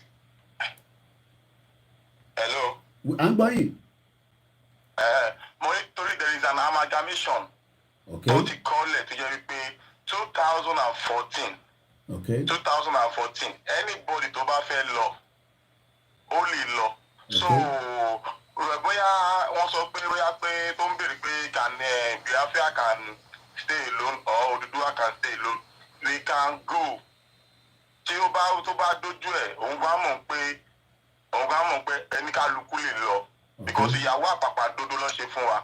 Okay. Bẹ́ẹ̀ni, so wà lè lọ. And secondly, irú olóró kan tẹ kọ́kọ́ sọ tó ní pé àtàwọn ọba lọ́wọ́ sí orí Yorùbá Nation àti tí àwọn kíníwọ̀ ọba lọ́wọ́ sí. Kò sí àwa pọ̀ ju ọba lọ, àwọn èèyàn tá à ń jẹyà pọ̀ ju ọba lọ. Bọ̀ nǹkan sọ ni pé wọ́n ní àwọn ọba yẹn ọba ti fọwọ́ sí, kò síbi kankan tẹ́ ń lọ. Yorùbá Nation wọn lè fẹ́ gbà tí tọ́ba ò fọwọ́ sí, tí kábíyèsí ò fọwọ́ sí, tí baálé ò fọwọ́ sí. Ọba gan máa sá kúrò lórí àgbèrè ẹ̀ torí pé ebi ń pa àwọn èèyàn wàhálà ti pọ̀ jù Nàìjíríà. Tó bá ṣẹlẹ̀ ọba gan sá kúrò lórí oyè tó wà. And that's what we are telling them. À ń sọ yẹn fún wọn pé ẹ má yẹ kó ṣẹlẹ̀ láṣẹ ń lọ ń bá àwọn ọba yẹn rí pé tó bá lọ káàkiri àwọn ọmọ yẹn nígbà gbogbo rálẹ̀ tó ń ṣe à ń délé ọba à ń kí wọn à ń yẹ wọn sí àmì àwọn kan ní ẹ̀bẹ̀ ti bá àwọn ọba. Olóòrẹ́ mi ọmọ Yíbò kan èmi àti ẹ̀ ń sọ̀rọ̀ lánàá. Mò ń sọ fún pé wọn náwọn pé Samuel pa pé obìtréyà ó ń ṣe gangan. Mo ní irú Samuel pa ẹ̀ ká nírú nǹkan tó ń ṣe ní ilẹ̀ Yíbò tó ní síta tó. Tọ́ní síta tó mo ní ká nírú ẹ̀ là ń ṣe ní Èkó àti gbogbo ilẹ̀ Yorùbá ni. Wàá mọ̀ pé kò ń ṣe ṣeré-ṣeré. Wàá mọ̀ pé kò ń ṣe ṣeré-ṣeré. Àti tèmi torí èmi mọ̀ pé kọ́tà ń sọ yìí. Ogun la máa fi gbà á dẹ̀ máa gbà á by force by fire. Oníkálukú lọ ìyàwó àpàpàǹdodo ti sú wa àṣemọ́. Ọlọ́run àwọn àpẹẹrẹ wa ẹ ṣe gan ẹ̀gbọ́n mi, thank you so much. Àmàrí gbogbo yín bá àwọn aráalé wọ́n ní ogun la máa fi gbà. I'm sure everybody knows how this is going to end. As we are preparing for the rally, we will continue to review and discuss some of the views of all these criminals out there, especially, the one that Atiku talked about over the weekend at Channels Television, where he was asked around the issue of the agitation and his response back. That's exactly what we are reviewing. Obasanjo have also spoken again today, and I believe there's also a video, and let's hear what Obasanjo had to say. What I believe, and what I believe that Shivayo Adebando believed, is not ethnic, is not sectional, is not religious, it is Nigeria and Nigeria. When I go out and people say, we thank you, I say, what are you thanking me for? And I tell them, please stop thanking me. Why should you be thanking me? Okay, this man is very funny. He's a comedian. That's Obasanjo speaking. I'm going to let the remaining part go and we'll review it as well. I believe in equity. I believe in... I want to take note of that. He believes in equity. That's Obasanjo speaking now. He says, I believe in equity. Justice. Justice. Okay. I believe in one Nigeria. Okay. Obasanjo has spoken again. He believes in one Nigeria. This is Obasanjo speaking about Bolagido. And this is the people they want me to go and talk to. Okay. They want us, Yoruba Nation, one Kaloba, and it don't believe in one Nigeria. And it only one Nigeria won't believe, but won't believe in justice, equity. Do we have those already in Nigeria? I have shed my blood for this country. He has shed his blood. So why should he die for you and me? Stupid people. That's what Obasanjo is telling us. We must be stupid. Is that not what Obasanjo is telling us? Oh no, I have shared. Let me rewind it a little bit. This happened in Enugu over the weekend. This is his utterance in Enugu. All these men are going nowhere to support any agitation. He has played his part as a Nigerian. He has enjoyed as a president for 8 years, as a military head of state, and he has shared is blood. Or kilo just about I can't just somebody anything okay pick you so go. Let's go back again. Why should you be thanking me? He said, why should people be thanking him? I believe in equity. I believe in equity. Mo ti kàn yẹn sílẹ̀. I believe in justice. He says he believes in justice. I believe in one Nigeria. He says he believes in one Nigeria. Obasanjo sọ pé, ó tún sọ pé, I believe in one Nigeria. Do you know why? He's going to tell us why. So if anybody today tán sọ pé Yoruba Nation is not going to be given to you by these people, because Obasanjo is telling us that he believes in one Nigeria. So somebody that believes in one Nigeria, how do you convince him to come and support your own actualization for Yoruba Nation? So ìwọ ọmọ kékeré tó wò mí tó jókòó sí Nigeria, Obasanjo baba 80 something. How old is Obasanjo now? I think he's in about 80s, right? In his 80s. How old are you? How old ni ìwọ tó ń wò mí nílé? Let's get some of our ages. I am 43 or I think I'm 40. I'm 40 plus. How old ìwọ tó ń wò mí? Let's see the youngest person among us that is watching us this morning. Let's start having our day. Mo fẹ́ mọ̀ tó jẹ́ bí ọmọ 20. Because àwa gan ti fail yín, àwa tá jókòó ti fail yín. Thank you so much again, those of you that are watching us. Mo rí ibẹ̀ ya Bímpé Princess Adébímpé Adéníyì Awóníyì ẹ káàárọ̀ mà. How old are you? Ni mo ń béèrè. Ẹ mọ èjì yín mọ́ ni. Àwa wá ń dúró pé Obasanjo in his 80s to come and sit with Igboho, sit with Baba Akintoye and discuss the issue of Yoruba Nation. And this is what some of your blogging Bolekaja media are telling you. I think we missed a call. Your Bolekaja media is advising you to go and talk to Obasanjo, to bring him on board. Freedom Force, it's been a long time. How are you, my brother? Okay. Mo ń gbọ́ yín sá. Ẹ jẹ́ kí gbogbo wa ká understand èèyàn kan ti sọ̀rọ̀ lára tó wà lé by fire by force. Okay. Òun la máa fi gbà. Okay. Ẹ jẹ́ ká prepare dáadáa. Okay. Obasanjo gbọ́dọ̀ jábọ̀. What èmi ò lè ní. Àwọn ọba tẹ̀ sọ nísù ṣé àwọn ọba tẹ̀ sọ yẹn lẹ́yìn ọba kan ni mo fún ní privilege nílẹ̀ Yorùbá wọn ni Síkírù Àwùjalẹ̀. Ọba lómi ni ìbò I don't give a fuck about it. Ṣé ní àwọn ọba ilẹ̀ Yorùbá. TJ ló ń sọ̀rọ̀ yìí. TJ ló ń sọ̀rọ̀ yàbí. Bí mo sọ̀rọ̀. Mo tètè mọ̀ pé voice ẹ̀ ni okay báwo ni my brother. Àwọn Ọbásanjọ́ gbogbo àwọn ọba tó wà nílẹ̀ Yorùbá wọ́n máa lọ sí kò ṣe tètè ìjọba balẹ̀ náà ti wá gbogbo wọn ló máa lọ sí torí àwọn tí wàá sókun bí ká wáyé. Nígbà tí ìgò wá ìgò wá ní oṣù tó fún wọn ìgò tó gba ìṣẹ̀ṣẹ̀ lọ́wọ́ wọn ló tó gbé àlùpàdà fún wa ìbò ló gbé Christian wa o ìbò ló gbé Muslim wa o Amẹ́ríkà tí mo wà yìí sìn. I haven't seen it for a while. Freedom Force. Ṣùgbọ́n àwọn èèyàn wà ní ṣọ́ọ̀bù sí tó pariwo kọ́lọ́ lè ṣe ọlọ́wọ́ tètè ṣe kankan bẹ́ẹ̀ bá ti ní lórí tó dáa a máa dá sílẹ̀ a máa tún ṣá. ẹ jẹ́ tí táwọn aráàlú máa gbọ́ ẹ tó máa kú máa kú. People has to die for people to have a better life. ṣé tí mẹ́tàlá nìyí ṣáàjọ kó tètè wá sí kó wá sí ìṣe. tẹ́lẹ̀ wọ́n yóò ṣe lọ́dọ̀ wọn náà wọ́n ṣe síta tó lójoojúmọ́ làwọn àìsàn ní káàdì tó wò 2 days lẹ́kọ̀ọ́ shut down Lagos State money international community máa bá a dá sí. We are the state now. Enjoy it to know. Thank you. Thank you. That's TJ there. So, atimu kometa nínú tí Ọbásanjọ́ sọ 3 things, and I want you to take note of that. Somebody say, Koiki, you are 44 going to 45. Mo tẹ̀ mọ́ age mi o. Ẹ má bínú. Lọ́wọ́ how old ni Ọbásanjọ́ náà? How old is he?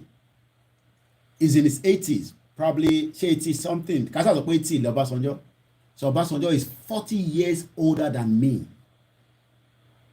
So, kọ́lọ̀ túbọ̀ fún bàbá ẹ̀ lẹ́mìí gúngùn, kó dẹ̀ fẹ́mi náà lẹ́mìí gúngùn. Ẹ jẹ́ yọ kámẹ́rà mi tó ń tọ́nà síbi lójú. Àwọn kan bínú pé, Koiki ó dáhùn pé ọ̀rọ̀ Yoruba Nation ó ti ń jẹ fún ẹ̀ àbí 86, Obasanjo is 86 years old. Ẹ káàárọ̀ yàwá Susan Temidayo, gbogbo ẹ̀yìn Amẹ́ríkà mo ti jí sílẹ̀ má bínú. Obasanjo is 86 years old man. Let's go to the next caller. Ìyá ẹ̀dẹ́ fi jọ ìyá abẹ́kọ̀ like wọn ni àbójú mi lórí bẹ́ẹ̀. Hello, ẹ fẹ́ jọ Yorùbá wuyì. ojúṣe wájọ Yorùbá wòye báyìí. Ojú mi ọjọ́ tí Yorùbá ló pè rárá o, kò bá mi pẹ̀lú. Ẹ káàbọ̀ sórí ètò, ẹ káàbọ̀, ẹgbẹ́ òsókè. Ìlú wo lẹ ti ń pè +20 ṣé nílẹ̀ wà yẹn Cairo? Anyway. Ẹ má ok. Mo fẹ́ dá sí ọ̀rọ̀ tí ó wà lẹ̀. Ẹ ti wà lórí ẹ̀. Kẹ́rì sá ojú tèmi fi wò ó nípa ìjàgbara tá a fẹ́ tá a ń jà fún mi. Bẹ́ẹ̀ni mà. Ó rọrùn gan lójú tèmi. Wow, ẹ jẹ́ àgbéyẹ̀wò. Ṣùgbọ́n àwọn tó jẹ́ bí adarí wa gẹ́gẹ́ bí ọmọ Yorùbá àwọn kan ní wàhálà wa. Okay. Tó bá ṣe pé wọ́n ní ìtara nípa mẹ̀kúnnù tó yàn wọ́n sípò àti ọba o àti gọ́vnà o àti ẹni tí wọ́n jẹ́ bí àgbààgbà nínú ìjìnlẹ̀ òṣèlú lórílẹ̀‐èdè Yorùbá. Tó bá ṣe pé wọ́n sọ̀pọ̀tì wa ni èyí yóò rọrùn fún wa. Láti bá wọn tí àjọ tí wọ́n jọ kó wa papọ̀ láti bá wọn sọ̀rọ̀ pé àwọn tí a jẹ́ bíi lídà lé lórí àwọn tí ó yàn wá sí ipò tí à ń darí wọ́n sọ pé àwọn ò fẹ́ kíní mọ́. So àwa náà gẹ́gẹ́ bí àgbàlagbà tí a fẹ́ bà ilẹ̀ èdè wa jẹ́ àwa náà sọ̀pọ̀tì wọn. Wàhálà kò ní sí wàhálà kankan fún wa láti kúrò láti dá dúró gẹ́gẹ́ bí orílẹ̀-èdè. Ṣùgbọ́n ìjẹkújẹ tí àwọn bàbá náà yàn gẹ́gẹ́ bí adarí gẹ́gẹ́ bí òṣèlú fún wa láti máa bá wa gba ẹ̀tọ́ wa jáde. Ìjẹkújẹ tí wọ́n ń jẹ ní abẹ́ àpapọ̀ orílẹ̀-èdè tí wọ́n kó pọ̀ tí wọ́n ń pè ní Nàìjíríà.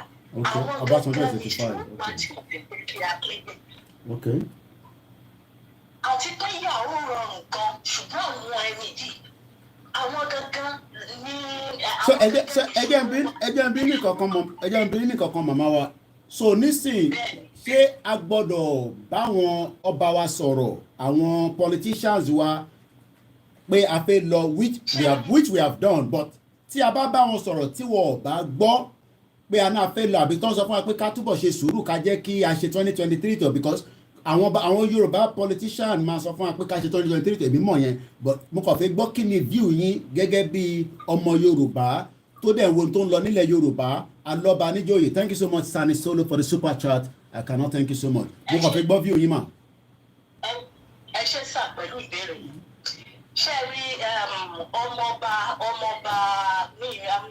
ọmọọba ìlànà bí nǹkan kan ni wọ́n jẹ́ wọ́n ti gbé ọmọọba kan wọ́n ti gbé wá tàjọ ń jìjà. Ìyẹn ọmọọba ní tó wà ní Amẹ́ríkà. Wọ́n wá join wa gẹ́gẹ́ bí wípé inú wọn dùn sí láti gba òmìnira ilẹ̀ Yorùbá. Ṣùgbọ́n nínú interview tí wọ́n ṣe fún wọn mo rí pé bàbá yìí olóṣèlú ni. Ó wá disguise gẹ́gẹ́ bí pé wọ́n fẹ́ jà fún orílẹ̀-èdè láti kúrò ní orí láti jàjàgbara fún ilẹ̀ Yorùbá tí ò dẹ̀ bẹ̀. Ṣó ti yé yín? Tábà èdè àwọn ọba wa àti àwọn gómìnà wa tí wọn ò di sí pé àwọn ọmọ ilẹ̀ Yorùbá a fẹ́ dá dúró etí wọn ò bí sí. Gbogbo wọn pátá ló gbọ́ sí. Ṣùgbọ́n wọ́n ń bá wa jàdá ìjàkadì pé rárá tí àní gbà kẹ́ẹ̀dún dádúró tẹ̀ nítorí ìjẹkújẹ tí wọ́n jẹ ẹ̀dẹ̀ mọ́ tó fà sà ẹ̀ mọ́. Tó fà ní pé àpapọ̀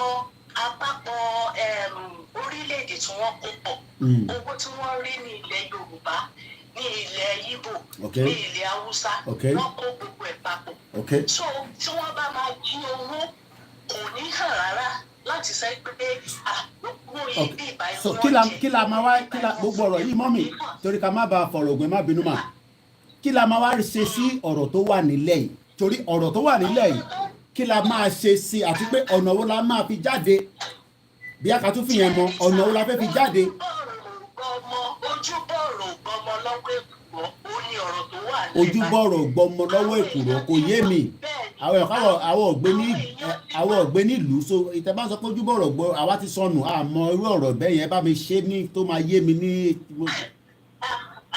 ẹ ṣe sà àwọn èèyàn ti wá tó jẹ́ bíi olóṣèlú tí à ń wò gẹ́gẹ́ bí lẹ́yìn ọgbà fún wa wípé ó yẹ kí wọ́n dúró fún wa ní inú ohun gbogbo tí a bá fẹ́. àwọn politicians wa. àwọn gangan ní ìjà wa báyìí. àwọn gangan ní bẹ́ẹ̀ ní sà. báàbá tí ìṣiṣẹ́ lé wọn lórí wọ́n á máa mú wa kúrò lẹ̀ ní kọ̀ọ̀kan ni. ok so ìyẹn ni ojúbọ̀rọ̀ gba ọmọ lójú òkúrò àbí kílẹ̀ sí pé nísìn. bẹ́ẹ̀ ni bí àwọn àgbà mi ẹbí náà mọ̀ mi mọ̀wé padà. ẹ pa lẹ́ẹ̀kan ẹ pàdé ẹ̀ lẹ́ẹ̀kan tí mo gbọ́. àwọn àgbàlagbà ló ń sọ bẹ́ẹ̀. ok kò gbọ́ ọmọ lọ́wọ́ èkùrọ́ ẹ ṣe gan yàwá ẹyà ìgbóhùn sókè kíákíá kẹlẹ́ẹ̀kan sí ká tó jẹ́ kẹ́lòmí ti wọlé. bó ṣe jẹ́ nìyẹn. àwọn bàbá yìí tó fẹ́ bí aṣojú fún wa tá a ń wò gẹ́gẹ́ bí igi lẹ́yìn ọgbà wa tí wọ́n fẹ́ jẹ́ ká bọ́ lọ́wọ́ oko ẹrú yìí àwọn gangan la máa fèsì báyìí. ilé máa lọ bá wọn àdìdì àti lọ bá wọn bí o ṣe ń pé ká dojú ìjà kan wọn. bẹ́ẹ̀ ni sà. ìyá ìmàlà obìnrin màá ní tẹ̀ ń sọ pé ká máa dojú ìjà kan àwọn kan ẹni ká dojú ìjà kan àwọn kan. bẹ́ẹ̀ni àwọn tó jẹ́ tó dúró gẹ́gẹ́ bí kí lẹ́yìn ọgbà wa bá fi ṣe olórí ẹ ṣé gan ìyá wa ẹ ṣé gan ni thank you so much kò ní bàjẹ́ fún yín láéláé ọlọ́run bá ń dúró tì àtàwọn ọkọ àtàwọn ọmọ àti mọ̀lẹ́bí nígbà táwọn obìnrin a bá ń sọ̀rọ̀ báyìí ẹni sùúrù ẹjẹ́ agbọ́n tó bá sanjọ́ sọ díẹ̀ sí. I have shared my blood for this. Okay, only I have shared my blood. Ṣé rí pé àṣẹ̀ṣẹ̀ ń déjú kókó ibi tí à ń lọ gangan. Ọbásanjọ́ ní I have shared my blood. I have shared my blood for Nigeria. Kí ló mì ní èdè Yorùbá? Ta ló lè bá mi ṣàlàyé ẹ̀ lẹ́kùnrẹ́rẹ́? Ta ló gbọ́ Yorùbá dáadáa? Ìtọ́básanjọ́ sọ níbẹ̀ yẹn bí ó dà pa àwọn ìyá wa ilé ìṣàlàyé kẹ́ tó sọ̀rọ̀ mọ́ mi ẹ má bínú Ọbásanjọ́ ní I have shared my blood for Nigeria kí ló mì ní èdè Yorùbá tíyàn bá ní àyà ó ní I have shared my blood ẹ káàárọ̀ mà. ẹ káàárọ̀ Koiki ẹ kú iṣẹ́ Ọlọ́run máa wà pẹ̀lú yín àtàwọn ìdílé yín o. iṣẹ́ kan tá à ń ṣe lójoojúmọ́ náà lélẹ̀ àníṣe mi à ń gbọ́ yín full time ni. ọ̀rọ̀ Ọbásanjọ́ yẹn bí mo ṣe rí sí ó dàbẹ́ kó ti bá àwọn Haúsá múlẹ̀. ara ẹ̀kan tó ń sọ náà nìyẹn ṣé mọ̀ pé inú ẹ̀wọ̀n náà ti lọ mú bàbá ẹ̀kọ́ tó di pé wọ́n fi ṣe àtẹ̀mọ́ rí tìǹkà bàtẹ́ ọ̀tẹ̀ bàbá máa mú lọ ní kíákíá tó fi dípò tẹ̀ padà à ń gbọ́ yín. so mo rò pé ìgbà yẹn ló ti bá wọn sáìn ló ti bá wọn múlẹ̀ ṣé mọ̀ pé ní condition tó wà ń gbà yẹn òun gan wà surprise kò mọ̀ pé irú nǹkan bẹ́ẹ̀ yẹn báwọn èèyàn ṣe máa ń sọ dàbẹ́ pé dẹ́kun tún ní interest Yorùbá lọ títí. nítorí tó bá jẹ́ bẹ́ẹ̀ ni ó yẹ kó ti fèsì wọn pé tó nǹkan tá ẹ ti ṣe sílẹ̀ yìí o pé a ní láti ṣe àtúnṣe o. so Ọbásanjọ́ lẹ́yìn kó bá a máa ṣe ètò pé ìtẹ̀ṣe sílẹ̀ amalgamation kò fẹ́ rọrùn mọ́ iṣẹ́ tó ẹ̀kọ́ Ọbásanjọ́ máa ṣe nísìnyí yẹn but ó ní wọ́n Nàìjíríà lòun ó sọ níbẹ̀ mọ́ mi ẹgbọ́ àbẹ́ ẹgbọ́ bẹ́ẹ̀ ṣé kí n tún play.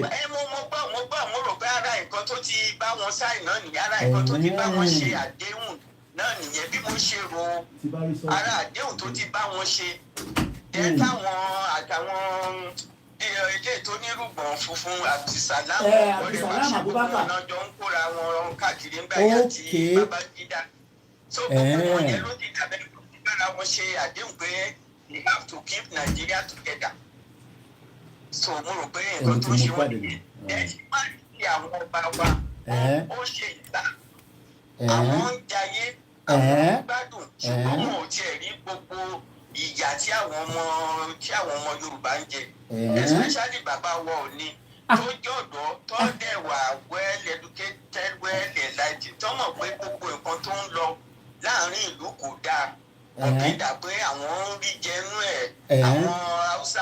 bọ̀ ó ti di dandan ká tọ́jú àwọn ọba wa a gbọ́dọ̀ máa tọ́jú ọba wa.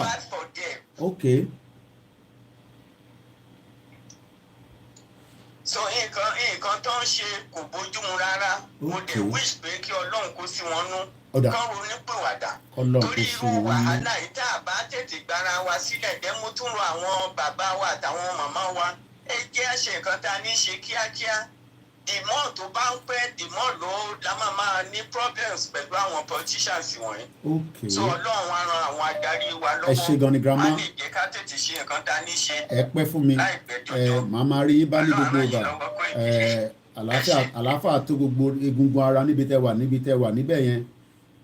a tún ń gbé yẹ̀wò láàárọ̀ yìí ọ̀rọ̀ ṣùkùnù ibi báyìí ni èmi ò níṣẹ́ kankan iṣẹ́ tẹ́ gbé fún mi lélẹ́yìí iṣẹ́ Yorùbá Nation tèmi ni kí n mú wá fún yín Ọbásanjọ́ náà ti ṣí àbúlọ́ọ̀dì àìtí rẹ̀ ni mọ́mí gan bá mi ṣàlàyé ẹ̀ dáadáa bọ̀ àwọn ní Ọbásanjọ́ ti múlẹ̀ bí bàbá mi ẹ̀gbọ́n mi ọ̀nkú mi òtútù àdúgbò ṣé snow dọ́dọ̀ ti yín náà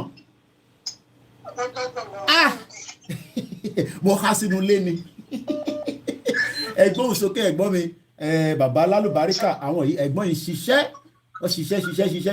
ilé òṣèré lọ gbogbo àná ti há síbí ó yẹ ẹ̀gbọ́n òsókè kí lẹ rí sọ̀rọ̀ ta tó ń sọ láàárọ̀ yìí. Nǹkan tó ṣẹlẹ̀ ni pé tí mo máa sọ lórí ọ̀rọ̀ mo fẹ́ kí gbogbo èèyàn lọ mọ̀ ni pé internet connect and disconnect ni. Connect and disconnect. Tó bá fẹ́ pa wáyà ká ní ìlú wa ní location náà pa wáyà iná sílẹ̀ máa connect ẹ̀. Kí ni dẹ́pà máa ṣe máa disconnect. Wáyà connect.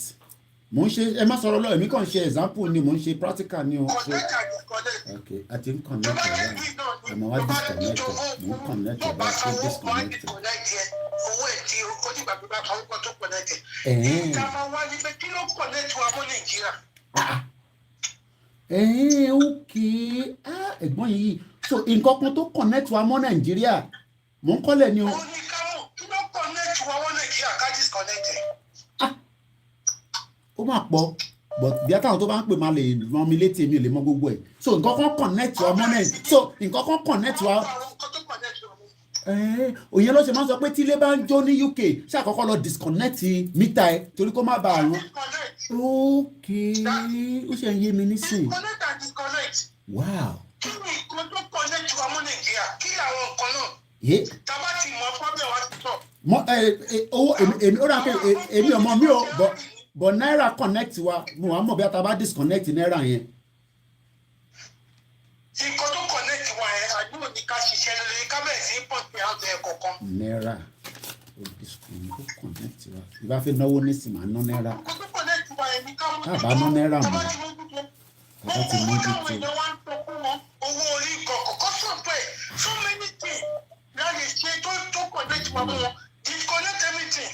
Mo sanwó TV license mo báyìí ní UK wàhálà mi máa jẹ́ pọ̀ sí ní. Àwọn gómìnà àwọn àtọ̀pẹ́ wọ́n connect wa mọ́ wọn ká gẹ́ ìjọ fún wọn. Ìjọ simple thing connect and disconnect. Connect and disconnect. Bàbá mi Sulaimon. Ó dà ẹ ṣé gan ni dáadé uncle Sulaimon ẹ ṣé gan ni. Àjọ máa ń pàdé ní rally bọ́wọ́ ọ̀ṣọ́ èdè sí mi létí ní inú rally nǹkan kan connect wa nǹkan kan gbọ́dọ̀ disconnect. Ọbásanjọ́ sọ pé ẹ̀jẹ̀ àgbọn tó tún sọ. I have gone to prison for this country. Ó náà ti lọ prison èmi ò kúkú ti lọ prison rí ní Nàìjíríà. Wọ́n fìyà jẹ àwọn èèyàn wa tó kó lọ omíyalé nìkan ló lè ròyìn. Lady K kọ́nà bá ń dúró ti dáadáa wàláì. Nàìjíríà Ọbásanjọ́ náà ti lọ ẹ̀wọ̀n èèyàn mélòó ló lọ ẹ̀wọ̀n náà wà báyìí nísìn tàwa ní grand call Ọbásanjọ́ náà bẹ́ẹ̀ mú nǹkan yó òun ti lọ ẹ̀wọ̀n ẹja tó lọ gbọ́ tẹ̀lé mò ń bọ̀ bàbá mi Ògúndélé mo ti rí pé tí ń pè mí ẹgbẹ́ òsókè ní kíákíá àfẹ́ kó máa pẹ́. ìyá ẹ ló kó ìkì. mò ń gbọ́ yín. ẹkúṣẹ́ ọ̀rọ̀ Ọbásanjọ́ ó deep. Ó deep gan.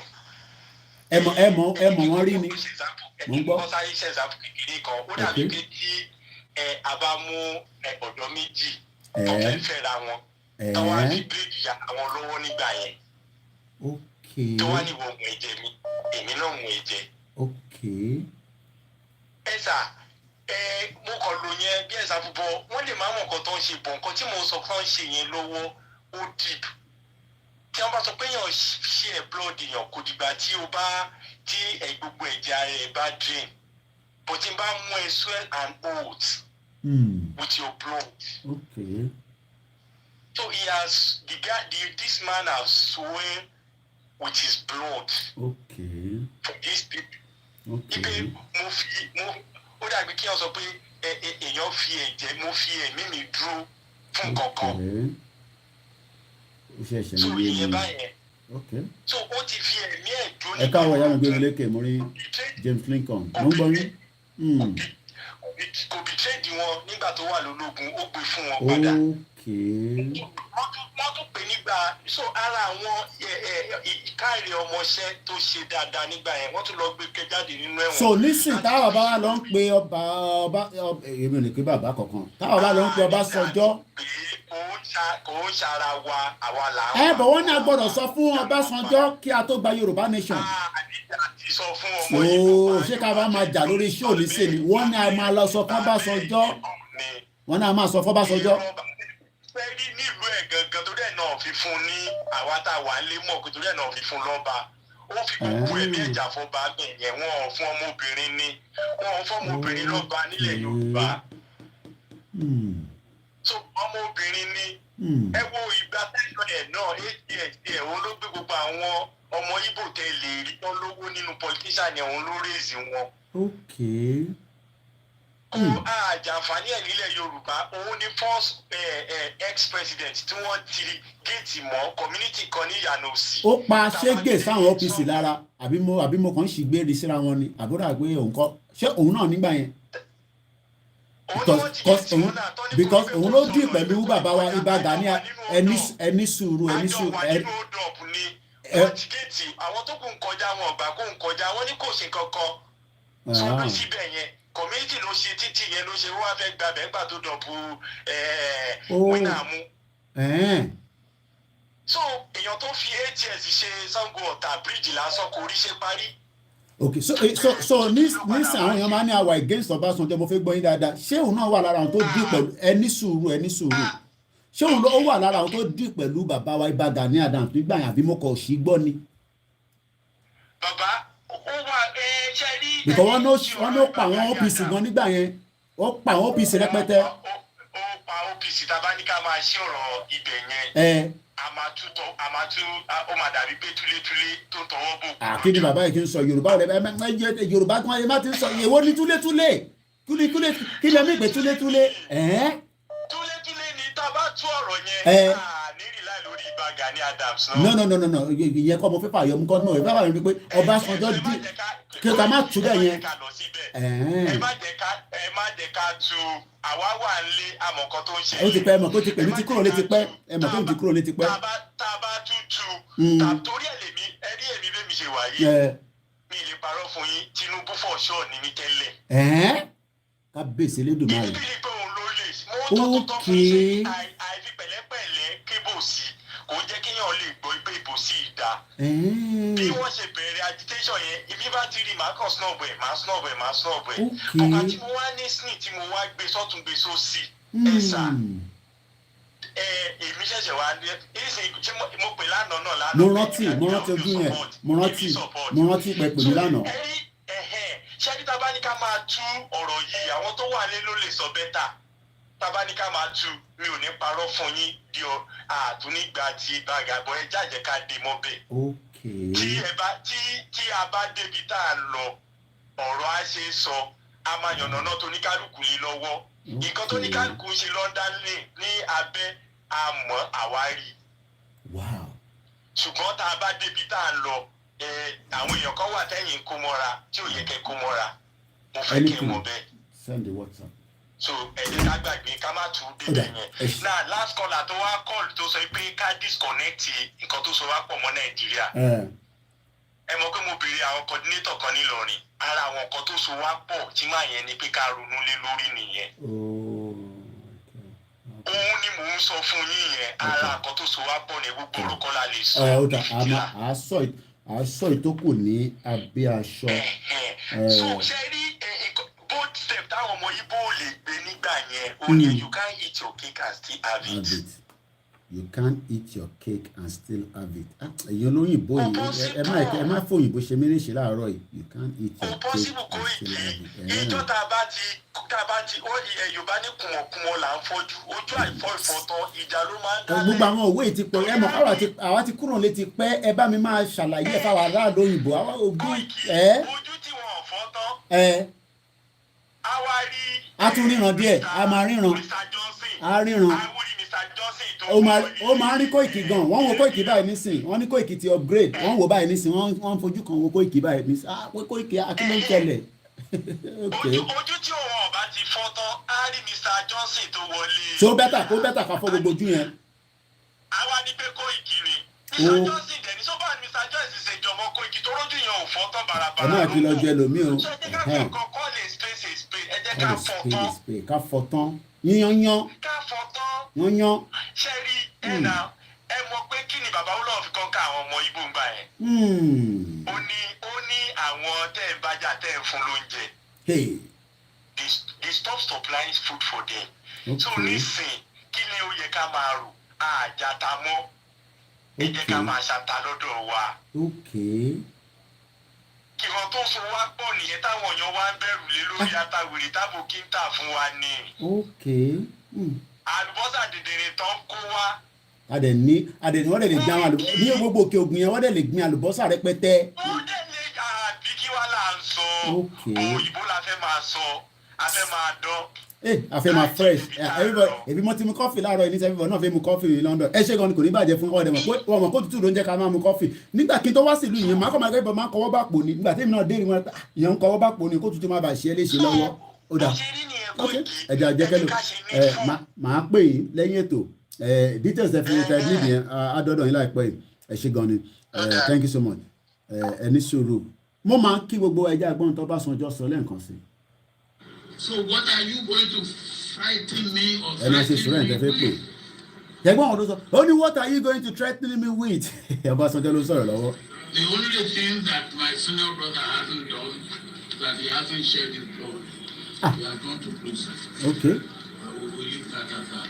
Okay. Okay.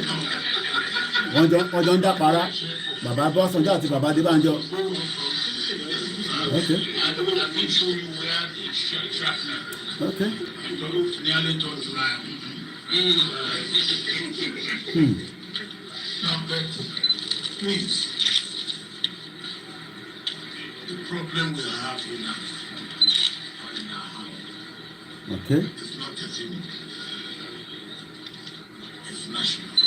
It's national. And for me, okay, the first thing that is important in a leader is character.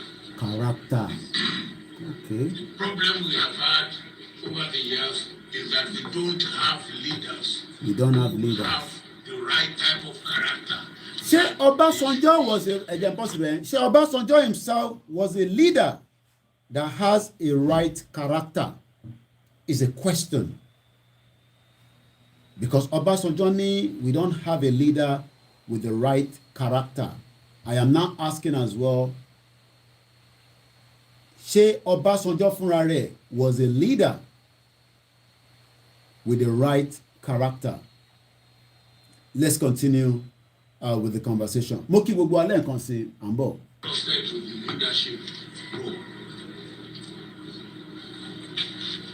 So if I put my finger on anything or anybody, it's because comparing one with another, I think that there is merit that will be of benefit to Nigeria. Okay.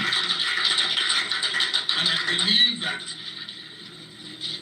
if I go stand for the same. Okay, so that means ṣé Ọbásanjọ́ ń support Peter Obi ní ẹ káàárọ̀ yàwá Esther Adétọ́n JP àbí èmi mò ń mix it up once again Starr Radio la gbà wọnú program ó máa wá bẹ̀ lẹ́ǹkankan so we can just continue the conversation. We are looking at a couple of things this afternoon àti wà lọ́sàn-án nísìn ní aago 12:00 èmi 13 ọmọ àlè chimpanzee Ọbásanjọ́ bẹ́ẹ̀ ni. And people say ẹni ìdè Ọbásanjọ́ o ẹ̀yin tí à ń pariwo Yorùbá Nation báwo lẹ́yìn fẹ́ bá Yorùbá Nation tẹ́ ẹ̀ tí lọ bá Ọbásanjọ́ sọ̀rọ̀ but Ọbásanjọ́ tún sọ fún wa ní Enugu over the weekend pé I am a one Nigeria. I have shared my blood for Nigeria. I have gone, ó tún sọ pé I have gone to the prison. Ó dárúkọ prison náà. But Atiku sọ pé òun máa ṣe political solution fún àwa. Àìtí mọ̀ tí Tinubu náà fẹ́ ṣe. Òun dẹ̀ máa restructure Nigeria. Òun máa fún wọn ní devolution of power. Pé agbára máa lọ sí local government because that's just the only thing he can do. He will give more power. Àbọ̀rọ̀ mi yé ní sìn. He will give more power. And let's go back to what Atiku was saying. By negotiations. Okay. Or by going through another civil war, which we can't afford. Okay. Atiku is saying that we cannot afford to go into another civil war. Or it has to be by negotiation. So negotiation yẹn, nígbà wo ló fẹ́ ṣe negotiation yẹn, ṣé tá bá ti wọlé tí PDP tó wà ń bẹ̀ for 16 years. Àbí ṣé APC tó wà ń bẹ̀ nísìn tí kò fẹ́ negotiate pẹ̀lú Biafra àti Middle Belt àti àwa Odùduwà tá à ń fight fún the right to self-determination. So ìgbà wo gan ni negotiation yẹn fẹ́ jáde? Ẹja sáré gbọ́ lẹ́nu ìyá wa ẹ bá ṣe ní kíákíá láìpẹ́ à ń gbọ́ yín. Ẹ̀ka sàn yá mi tẹ́mítẹ́mí mo ti rí lógo yín à ń gbọ́ yín ẹ̀gbọ́n sókè. Yes sir.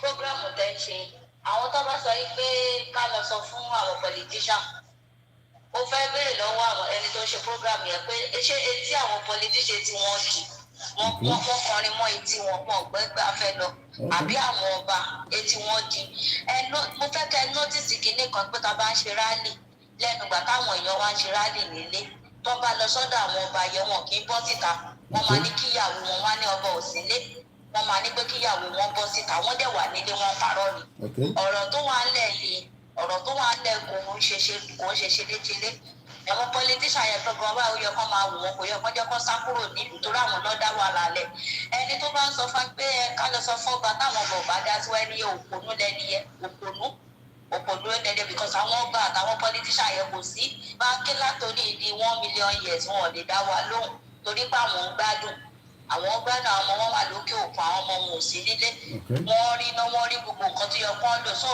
àfi tá a bá fẹ́ máa fúlù ara wa nìkan tá a bá fẹ́ máa fúlù ara wa ọ̀rọ̀ tí bàbá Ọbásanjọ́ dẹ̀ sọ yẹn ni wípé ní èdè Yorùbá ẹ̀ ni wípé àwọn òun ti jìyà fún ilẹ̀ Nàìjíríà ní location 410 wípé so pé ó dẹ̀ ti bá Nàìjíríà múlẹ̀ pé òun ò lè ṣe anything tó máa against ìlú yẹn ṣé àwọn bàbá tó ní pé ká lọ bá nìyẹn èmi kàn máa sọ fáwọn èèyàn wa tó wà lé ni pé kí wọ́n jáde program tẹ̀ ṣe lálẹ́ àná yẹn mo pè bọ́ táìmù wa mo ti sùn lọ lánàá mo pè yín lánàá pé kí ni sọ èmi gan mo láwọn èèyàn nílé mo tuntun sọ fábúrò mi tó wà lé pé ó yá báwo ni àwọn èèyàn yín tẹ̀sí ó ní pé gbogbo wọn wà ipá wọn náà ń dúró nìbàdàn ipá wọn náà ń dúró pé kán sọ pé ọjọ́ báyìí ni nǹkan táwọn ẹ̀wọ̀n àwọn èèyàn ń dúró ni because àwọn èèyàn sọ́fà nílé àwọn èèyàn kàn bẹ̀rù pé káwọn má lọ jáde rí ẹ máa wọ ẹjẹ́ kan pé láti ẹ máa lérò bó ṣe máa jáde ẹlòmí à ń sáré gbogbo àwọn ọba tó wà nílé yẹn wọ́n máa sáré tó jẹ́ pé ẹ̀mí wọn máa gbọ̀n ni àwọn pípì wọn ò lè dá sí wa àwa la máa gbára wa sílẹ̀ ìkà ni wọ́n ìkà èèyàn burúkú ni wọ́n gbogbo àwọn tó dẹ̀ wọ àwọn bọ́ọ̀lẹ̀ kájá mi dàtẹ́ máa ń sọ yẹ kán má máa wò wọ́n mọ́ èmi bí mo ṣe wá yìí tí bá wo program tí bá rí pé kọ́tẹ́ ni ẹ ṣe mo máa kúrò bẹ́ẹ̀ ni èmi máa dúró every time mo máa wo ní fóònù mi ṣe Mr. Quick ti ṣe program torí program tí a máa wò tí a máa ronú ọ̀rẹ́ mi kan máa sọ fún mi pé ní jẹ́ máa ronú ìwọ tó ń sọ pé ṣọ́ máa declare Yorùbá Nation ṣọ́ máa ṣe rally kíní kan pé kíní pé kí fúnra mi lọ́kàn balẹ̀ pé wọ́n kì í ṣáà ní sùúrù gbọ́dọ̀ máa gbalẹ̀ Yorùbá fún wa ìfowópamọ́ sọ fọ́rẹ́ mi pé ọlọ́kan ló máa gbalẹ̀ Yorùbá fún àwa la máa jà fúnra wa bàbá Awólọ́wọ̀ náà ti sọ pé tó bá yá àwa yúùtù la máa jà fúnra wa bàbá dóde àwọn bàbá ìyá kan wéṣì táìmù ara wa ni adẹ̀ wéṣì táìmù àwọn àrọ́mọdọ́mọ wa Ọlọ́run ti sọ pé táìmù gbà táwa wà yàwá la máa gbalẹ̀ Yorùbá Ọlọ́run adẹ̀ fún wa ṣe tó dẹ̀ jẹ́ pé Ọlọ́run ti fún wa ṣe so nǹkan tí mo ní pé kí n dá sí ni àwọn bàbá ìwọ̀n lè dá wa lóhùn àwa ni ká jà fúnra wa ẹ ṣé gan ni, thank you so much. Ìyá wa nìyẹn tí àwọn náà bá wa dá sí ọ̀rọ̀ ti tàárọ̀ yìí. Mo kí gbogbo ọmọ Yorùbá káàkiri gbogbo lẹ̀ ibikíbi tí ẹ bá wà. Oríṣiríṣi nǹkan ni à ń gbé yẹ̀wò láàárọ̀ yìí. À ń gbé ti Ọbásanjọ́ yẹ̀wò, à ń gbé ti Atiku, a dẹ̀ ń gbé ti Atiku àti Ọbásanjọ́ àti ìrìn àjò yìí ní ìlọsíwájú àti àwọn tó ní a gbọ́dọ̀ sọ fún gbogbo àwọn politician pé ẹ̀kọ́ lẹ́nu ẹ̀fẹ́ gba Yorùbá Nation without carrying them along, without telling them tọ́ba dẹ̀ ti fàṣẹ sí ẹ̀ lọ anywhere. Ẹgbọ́n sókè láti Belgium. Ẹ káàsán Mr. Koiki. Ṣorí ó máa tó fún ọ̀rẹ́ 20 yẹn ṣọlá ọ̀rọ̀ tó ń sọ ó correct. Especially ní Russia, gbogbo French Revolution, gbogbo àwọn ọba wọn náà pa sọnù. Tẹ́lẹ̀ ìtẹ́lẹ́dúdú ọba àníkẹ́yìn ojú wọn àti politician. Ọba Russia about 3 years ago wọ́n yẹ lọ gbogbo ẹ̀ gbogbo family wọn náà pa the same family. Wọ́n yẹ lọ gbogbo ẹ̀ ní wọ́n yẹ lọ sí wọn ní good way. Tẹ́ẹ̀bà tí ojú àwọn pípò yẹn Ọbásanjọ́ ẹni ọjọ́ ẹ̀ Ọbásanjọ́ bẹ̀rẹ̀ civil war ṣèlú tó jí ní central bank ní nǹkan bolówà ṣé kò gbowó ní central bank pẹ̀lú òpin. That's why I say it's in Nigeria. Ìbí yẹn wọ́n pẹ̀lẹ́ ní is Nigerianness. Ìbí wọ́n ti ọgbọ́n ní ṣèbí ojú wọn ní central bank ní ẹnukun owó ìgbà tó ń jagun ìbí wọ́n ìlú ọ̀rọ̀ àbẹ̀. Wọ́n ti pọ́jẹ̀ láti London náà ṣé kò sún àbí wọ́n ti pọ́jẹ̀ láti London ni. Okay. Ṣé gbọ́ mi? À ń gbọ́ yín. Kọ́ tó máa ṣẹlẹ̀ yẹn àwọn ọba yẹn kò ní kẹlẹ̀ fún ọba ẹ máa yanjú wọn ní kọ́lé ìrọ̀nà lọ. France have a French revolution gbogbo ọba wọn ní ìlú tí ìwà gan ọ̀hún bá tọ́ba wọn mọ́. Ìlú mélòó ní Europe ló ní ọba ìlú mélòó ló wà lọ́ba gbogbo ọba wọn àgbàbọ̀dé lọ́ba wọn yanjú wọn ní kọ́mọ nílùú lára yìí lọ. Tẹ́ ẹ bá ti lè yanjú àwọn ọba yẹn they will be wasting your time because kọ́tà àwọn jẹ ìdí tó bá lọ rí bàbá Fẹlá tó sọ nígbà táwọn ìbò wa tó lékò sọ kókó lékò ìbá ni àwọn jẹ̀bẹ́ wò jẹ́ ìgbẹ́ Yorùbá bíbù náà lérò kó sọ kókó lékò. That's it. Àwọn bọ̀dá ti yanjú àwọn bọ́ọ̀ bá ti yanjú wọn you cannot get any way out. Ògùn wọn láti yanjú wọn ni wọ́n ti jẹ́ kó tó fẹ́ jẹ and they will not release anybody. Àwọn gbádùn tí wọ́n ní even going to Ọ̀ní ọ̀fífẹ́ wọ́n ń go olùsọ̀rùn wọ́n máa yanjú ẹ̀ ní ọmọ ẹyọjú rẹ lẹkọọ pàdé bàbá kí ni wọ́n sì bàbá ìṣe bàbá ẹ̀kọ́ bẹ́ẹ̀ ẹ̀yìn lébì kan lọ ẹ̀yìn lè máa gbọ́ àgbàlagbà tó bá ṣe láńgbáláńgbá ẹ̀yìn ojú ẹ̀ sọnù that's it. Báwọn ìfẹ́ sọ̀rọ̀ ẹ̀sùn òjítọ́ kòrò Fẹlá sọ pé òjítọ́ kòrò ọmọ aráyè ò fẹ́ bẹ́ẹ̀ fẹ́ ẹ̀yìn lè pẹ̀lú òun dé that's it. Àyàfẹ́lá bàbá ìyàwó bọ̀gílá yídò ló pa Àyàfẹ́lá. Ìbọn lọ sọ́kọ́ lọ sọ́lá sókè ọ̀nà sójà ọ̀nà gọ́ọ̀mẹ̀ntì ọ̀nà civilian tẹ́ bá lọ pa wọ́n ọ̀nà civilian ní ọ̀nà sípò ọ̀nà gọ́ọ̀mẹ̀ntì ọ̀nà civilian kan bẹ́ẹ̀ láti sọ́nà exploiting wọ́n máa tọ́ the change green to red wọ́n máa pé mo ní wọ́n á sọ dídú ooru wọn lọ́wọ́ ẹ̀yìn ojú wọn sọnù kọ̀ọ̀kan bẹ́ẹ̀ nìyẹn that's it kọ́ńtà pé sọ nìyẹn o. Ẹ ṣé gan ni àwọn tó wà lè ti rẹ́dì mo bá yọ sọ̀rọ̀ ilé náà wọ́n ti rẹ́dì fún torí pọ̀lì mẹ́gàrálì tó bá yẹ àwọn ti sọ everybody tó bá yẹ ọjọ́ ìlànà àṣẹ wọn kọ́ máa ṣe kọ́ ní sùúrù wọ́n ní sùúrù ní bẹ̀rẹ̀ kò sí sùúrù mọ́ sí. Kò sí sùúrù mọ́. ìdá kan gbé wọn sọnù ní that's it. Ọ̀dà ẹ ṣé gan ni thank you so much ẹ ṣé gan ni. Ǹjẹ́ wọ́n àbẹ̀wò set up àwọn ẹ̀rọ àti gba call lórí Instagram yẹn ó máa ń disconnected. Mo kí gbogbo alẹ́ nǹkan sí kí àwọn kan máa pè apart from the studio number and tó bá ti mọ studio number please don't call if you're not sure. The number has already been pinned so we don't want anybody to disturb our transition and the live broadcast and I'm not using the software phone ni mo ń lò. Mo kí gbogbo wa let's take the next caller okay ẹni náà pè lánàá. Hello ẹ káàsán à ń gbọ́ yín. ẹ kú program. À ń gbọ́. ẹ rí ọ̀rọ̀ bàbá Ọbásanjọ́ yẹn bàbá yẹn olórí burúkú bàbá yẹn orí ẹ̀ dẹ̀ máa fi tọrọ bàbá. ọ̀rọ̀ bàbá yẹn ẹ jẹ́ ká ẹ yẹra fọ̀rọ̀ bàbá yẹn lẹ. ẹ bọ́ a lè fi sílẹ̀ because àwọn kan takú pé tẹ́ ẹ bá lọ sọ fún Ọbásanjọ́ ẹ gba Yorùbá nation so báwo la ṣe bẹ́ẹ̀ lọ sọ. àwọn yẹn ò lè ráyè tiwa. because bọ́n ṣe wà yẹn wọ́n ti bá wọn jẹ wọ́n ti bá wọn wọ́n ṣe ìrọ̀ ayé wọ́n ti bá wọn múlẹ̀ wọn ò lè ráyè tiwa. ẹ jẹ́ ká fi tiwọn lẹ̀ ká kọjú mọ́ nǹkan tá a fẹ́ ṣe. ká kọjú mọ́ nǹkan tá a fẹ́ ṣe. yes because bọ́n ṣe wà yẹn kọ́ máa waste time wa. gbogbo àwọn pọ́lísì àyẹ̀wò wọn ò lè dá wa lóhùn wọn ò lè dá wa lóhùn láéláé. ẹ jọ èmi mo pè yín ní àná program tẹ̀sí lánàá pẹ̀lú ẹni tí wọ́n ní kẹ́ connect mi mọ́ ẹjọ́ ẹ má gbàgbé. No problem. ẹjọ́ thank you. Alábà orílẹ̀-èdè ti pè lánàá to remember we see what we can do. Let's take the next call. Ọ̀nà mẹ́ta là ń wò láàárọ̀ ẹ̀ à ń wo Àtíkù because níta Àtíkù sọ náà ló máa fi ṣe fún ti Yorùbá à ń wo t'Ọbásanjọ́ àtàwọn tó ní bẹ́ẹ̀ sọ fún àwọn ọba àti politician ẹ lọ sí anywhere. Hello Mr. Koiki. ẹ káàsán. ẹ káàsán ẹ kú ètò. ètò nìyẹn. ẹ kú ọ̀rọ̀ lọ ẹ kú ìjàgbára Olúwa gbé wa kò ní gbọ̀dálẹ̀. ìmọ̀ràn tèmi ní pé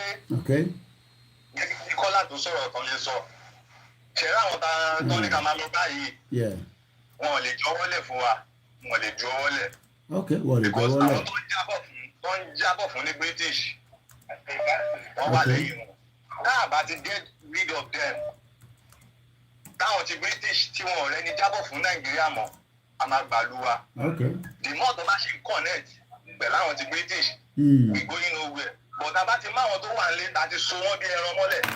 Táwọn ti British tó sọ̀kalẹ̀ wá tọ̀ọ̀rẹ́ ni lọ bá tọ̀ọ̀rẹ́ ní fojú jọ wọ́n máa kẹ́rù wọn wọ́n máa sá lọ. A ní iṣẹ́ gidi láti ṣe pẹ̀lú àwọn tó wà nílé tó ní ká máa lọ bá yẹn. A ní láti so wọ́n mọ́lẹ̀ bí ẹran. So àwọn tòkè ti British wọn ò ní lè kọ́ńtàtì wọn mọ́.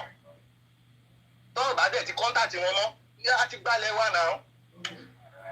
So that is my own opinion. Ẹ ṣe ẹkú ètò. Opinion yẹn náà gbogbo ẹ̀ náà ló fálè. À ń pa àkọ́kọ́ rẹ ní bíbà. Sèǹtẹ́nì kọ̀ọ̀kan sọ ní bíbà tá à ń parẹ́. A kí gbogbo ẹ̀yin èèyàn wa káàkiri ibi tí ẹ ti ń gbọ́ wa tí ẹ ti ń wò wá.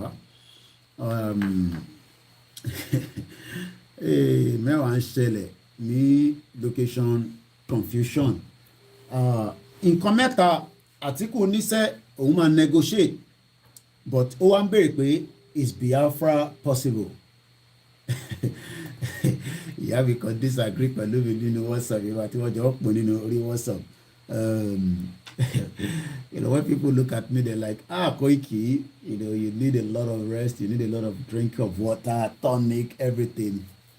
But Itagbedani, there has to be somebody that have the drive. I take a lot of blood tonic and all these things, but people still feel concerned.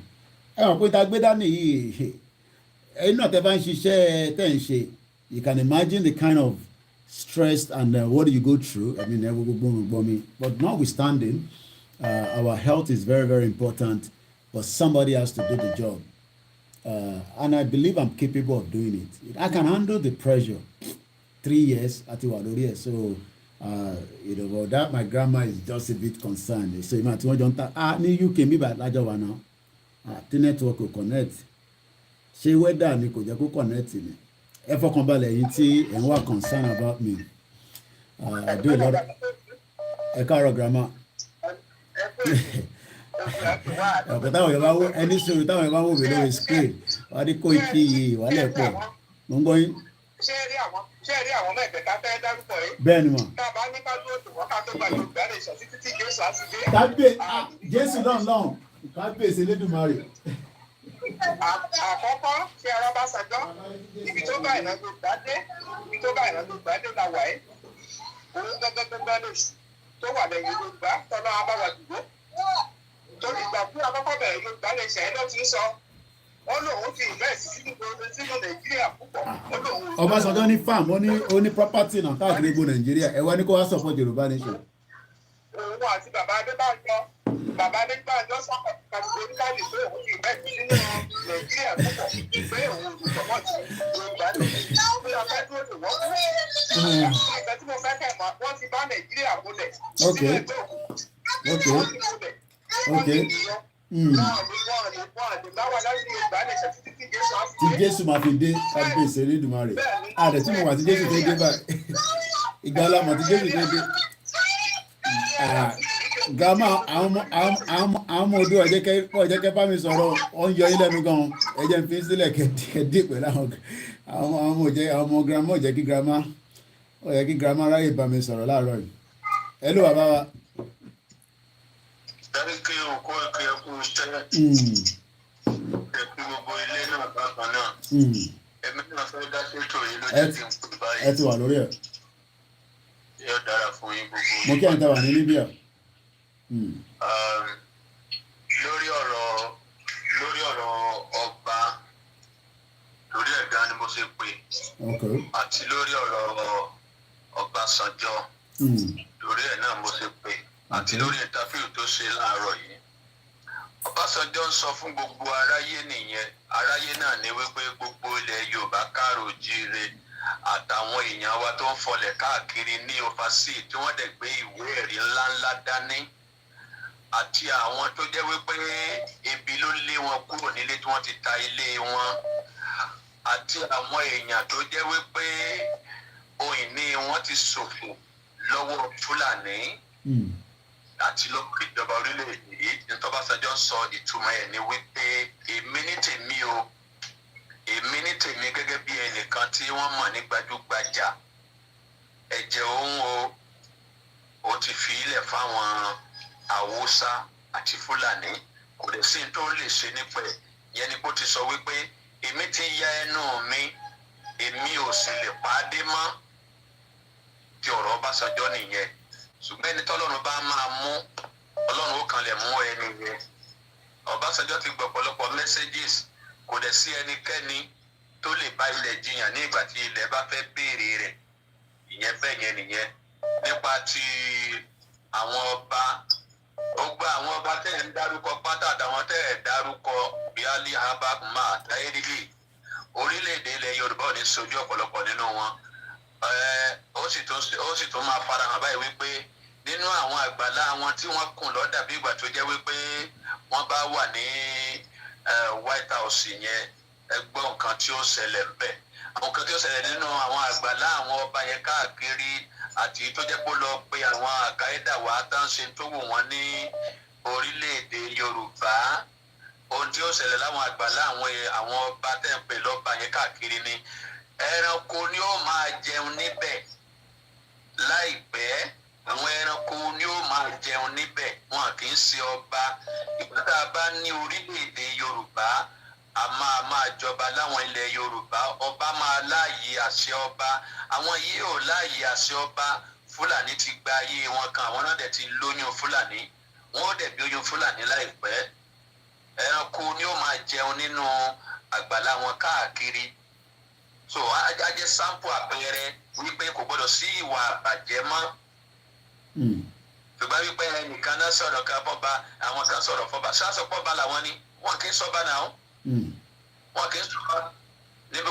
Nebukadnezari gan tí Ọlọ́run fi jọba ó níbi tí Ọlọ́run lé lọ náà. Ọdún kí ló dà ó ń jẹ nínú igbó àwọn yóò wá ní jẹ nínú igbó ilẹ̀ fẹ́ jẹ wọ́n nìyẹn. Wọ́n dẹ̀ ti ké wọn gbọ́. Bá jẹ́ èèyàn wọn gbé mi yẹn yóò dàpọ̀ mọ́ yẹ̀pẹ̀ láìpẹ́. Bẹ́ẹ̀ ni bó ṣe rí nìyẹn. Ṣùgbọ́n Ọbásanjọ́ pé kíní kan Ọbásanjọ́ ò dí wa lọ́wọ́ ká mọ́ lọ ọ̀nà orílẹ̀-èdè Yorùbá o kò dí wa lọ́wọ́ rárá ni ẹ bá lọ́básanjọ́ dí wa lọ́wọ́ ẹ ń bá sọ pé ká lọ bábásanjọ́ wìrì lé nìyẹn wìrì.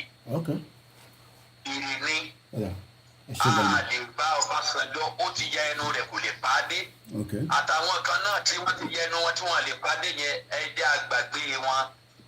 Nígbà tí iná bá jó ká máa wo panápaná tó wà paná yẹn. Ká máa wo panápaná tó wà paná yẹn. Ẹ ṣe ẹ máa kọ̀ntínú ẹ jẹ́ kí n bá wọn mi láyè. Ẹ bá kí mọ́mì. Ẹ ṣe gan bàbá wa. Ẹ bá kí mọ́mì. Thank you so much. Ọ̀dà ẹ ṣe gan ni. Ẹ ṣe gan ni. Àmín. Thank you so much. Mo kí wẹ̀yẹ ẹ̀gbọ́n mi. Ẹ mọ̀ pé oríṣiríṣi kò ló kọ̀ máa parí lẹ́rìí sometimes mo wọnú group kan nísìn mo wá rí different governors tó ti jẹ ní Lagos State ẹ jẹ́ kí n fún yín ní a bit of ẹ má bìnrin tẹ́ ń pẹ́ máa ṣe sùúrù as long as I'm here full time ni mo ṣe ní Yoruba Nation and that's why I have as many time to be here mo lè ṣetán ní kìntìtì freelance mo sọ pé freelance lèmi so ká dúpẹ́ fọlọ́run pé èmi yọ̀ǹda ara mi sílẹ̀ fún Yoruba Nation so ẹ má blame àwọn media tó kù tó bá lè ṣerú tèmi ṣe because ẹlòmíì láti lọ síbi iṣẹ́ èmi mo ti ṣerú nílùú yìí fún UK government mo dẹ̀ ti san tax mo dẹ̀ ṣe ń san tax so tẹ bá rí mi tí mo jókòó báyìí iṣẹ́ kan ni mo àjọ ń ṣiṣẹ́ báyìí náà ni o ẹlòmíì ibi iṣẹ́ ló wà nísìnyí tó ń gbọ́ Koiki Media ẹlòmíì tó bá ṣe tán ló máa wá gbọ́ mi so and that's why I will be different ó pé 1 year tí mo lọ sí Turkey ní last year nígbà tí mo débẹ̀ mo láǹfààní àti rí ìjìnlẹ̀ Marcus pẹ̀lú àwọn ọmọ Yorùbá kọ̀ọ̀kan so ìyàwó mi ló kọ́ tẹ̀ ràn mí létí láàárọ̀ pé ṣé wọ́n rántí pé ẹ má ti pé 1 year tó lọ sí Turkey ọjọ́ yẹn ń pẹ́ rárá kọ́lọ̀ má jà ka ọjọ́ burúkú kọ́lọ̀ wá wọlá ọjọ́ ẹ̀ní kí ó bá wa tú bàbá wa ìjìnlẹ̀ Marcus sílẹ̀ kọ́lọ̀ wọlá pé àníyàn pé ibi tó wà torí mi dé Turkey yẹn mo lè ti lọ few times kó tẹ̀ torí bàbẹ̀rẹ̀ Yoruba Nation I've been there few times ìyà ò jẹ wọ́n ebi ò pa wọ́n you know it might not ṣe rí èyí tí ẹ wà nílé kọ́nà jẹ́ ẹ lè travel kẹrí pain tá à ń ṣe níta ẹ má kẹ́ni bọ́dì náà àwọn family yìí deceive yín pé kọ́nà ní jẹ́ kí wọ́n wọ America ọlọ́run á jẹ́ kẹ́ dé gbogbo àwọn ìlú yẹn bàbá wa tó pè tán ní sìn he lived in UK for perhaps 15 years or 20 years ló fi gbé ní UK he's now in Nigeria bọ́yìn bá wa sọ̀rọ̀ yẹn wọ́n wà nínú àdúrà tí wọ́n ti fi ata àti iyọ̀kan ẹnu in the last tí wọ́n ti wà ní wọ́n rà pé àwọn bẹ̀rẹ̀ before ti bàbá confam JP àwọn ń ja jihad lọ nínú ilé dádì wa tó pè tán nísìn wọ́n wà nínú àdúrà just as bàbá wa JP so ṣẹ̀rí abroad ó dagan láti wá kọ́ ọgbọ́n àti ìmọ̀ and that's where I can say categorically kò ṣe pé mo fi máa ń boast kò tí sí media náà tó lè go in my direction gbogbo ẹnu mo ti sọ so many times kò yẹ pé mo fi ń boast èmi ò dẹ̀ gbé láàrin àwọn I don't want to be using all this country because àwọn èèyàn wà níbẹ̀ tí ẹni privilege ní tẹ́yìn fi débẹ̀ my mother could have said kọ́n gbé mi lọ sí Arab country but màmá tó gbọ́n òun fúnra rẹ̀ nígbà tó fẹ́ sá kúrò Nàìjíríà màmá tèmi sá kúrò Nàìjíríà nítorí pé ó bẹ̀rẹ̀ sí rí pé wàhálà ti fẹ́ dé lu yìí torí kínní dọ́là èyí tó yẹ kí mo sì tèmi kúrò Nàìjíríà ní 1991 èmi báyìí dàda bí last born wá sí so kíyàn kan ṣe máa jókòó nísìn kó bá sọ pé Koiki ẹ lè beat me from the media ẹ tó bẹ́ẹ̀ gbogbo ẹni mo fi sọ mo sọ fún yín pé media tèmi tó gbangba ní láti control intanpe ní information táwọn èèyàn máa gbọ́ tó dẹ̀ máa yé wọn kò ń ṣe mi information tá a máa sọ tá a máa distort information tá a máa sọ bí no àwọn òṣè media èmi òṣè media bọ́lẹ̀ kájà mo kàwé débẹ̀ ni mo kà púpọ̀ o but ìwọ̀nba tí mo lọ kà ní London Met tí mo ṣe mass communication níwọ̀nba ni mo sọ pé mo kà tán tó bẹ́ẹ̀ ni mo sọ gbogbo ẹni mo fi sọ kò tí ì sí gbogbo media náà ní gbogbo Yorùbá Nation yìí ẹ máa kọ́ọ̀tì ọ̀rọ̀ tẹ́mi bá ń sọ ẹ máa àdẹ̀mọ́ ti yín ni tó bẹ́ẹ̀ torí pé àárín wọn lè ní gbé Ọlọ́run ti kọ́lẹ̀ pé bó ṣe máa rí nìyẹn mo dúpẹ́ fọ́lọ́run pé mo tọwọ́ bọ oríṣiríṣi nílùú yìí oríṣiríṣi ò bá ti jáde ó ti lọ báyàwó níyàwó sùn gbogbo nonsense tó ń ṣe ní UK àwọn ẹ̀gbọ́n lòṣì àwọn ẹ̀gbọ́n ìkà àwọn wọ́n wò mí báyìí nísìn à ń sọ̀rọ̀ Yorùbá ẹ lè jáde kẹ́ sọ pé ẹ clean nílùú yìí gbogbo ẹni wọ́n fi sọ ẹ lọ gbé report mi jáde àná àwọn ní àṣírí bàbá Koiki àbẹ àwọn àṣírí wọlé clean record ni mo ní nílùú yìí 24 years wàsálẹ̀ pé ni mo láwọn ọ̀rẹ́ mi tó ń ṣe odù tí mo mọ̀ tó yẹ pé odù lọ fi ń survive nílùú yìí mo ní ọ̀rẹ́ mi kan tó yẹ pé mọ́tò ẹ̀ tó ń lò ní gbogbo wa tán bá ń wọ́kẹ́ yẹn káàdì tó fi ń náà ṣe sáfíìsì máa máa fún wọn pé ẹ̀yin láyà á ní ẹ̀bí wọ́n lò láyà nígbà tó mú mi ní 2006 mo fẹ́ lọ gbọ̀rẹ́ mi kàn sílẹ̀ 2006 mo ṣe bí first born mi nígbà yẹn ẹ̀rọ ọmọ kékeré ni mi àbẹ́ ń ṣe èrè tí bá jókòó sí ibà tí mò ń sọ pé ṣàánú wa akọ̀fin pọ́nra wa lé ni tó bẹ́ẹ̀ ni mo sọ gbogbo ẹni mo fi sọ ẹ̀gbọ́n mi heritage gan mọ̀ a pàdé lórí ìrìn ni kó ìkìlẹ̀ fi ń bilẹ̀ èmi lẹ́ fi máa rọ́ tó bẹ́ẹ̀ gbogbo ẹni mo fi sọ because èmi wà nílùú tí wọ́n ń pè ní àwọn gangan ní tó bá sọ pé ìlú yìí UK tó dì pẹ̀lú Amẹ́ríkà gbára wọn lẹ̀ ní 1970 something Starr radio tí mò ń ṣe yẹn tí bá sọ pé mo gbọ́ olórí ẹ̀kọ́ the Starr radio tẹ́ ń rí mi tí mò ń lò yẹn wọ́n ń pe kinní kan ìyẹn máa lọ ń fi rẹ̀ sílẹ̀ ni ẹ wá ìmájí tó bá yẹ pé mo ti ń lọ ń gbowó lọ́wọ́ wọn tí mo ní ẹ fún mi lówó because the way tó yẹ kí radio work kí n ṣàlàyé fún yín ó yẹ kémi máa ṣe program mi kí wá lọ máa wá advert ẹ wá polówó lórí Starr radio lórí Naija Voices òun lè kémi máa fi ẹrọ kan fún mi salary níbẹ̀ ni no I don't get salary there o àmì lẹ́ǹkankan yes you know bí i towards the end of the year wọ́n lè ní bí i kí n gba £300 mo rẹ̀ bí wọ́n rí because iṣẹ́ community là ń ṣe yẹn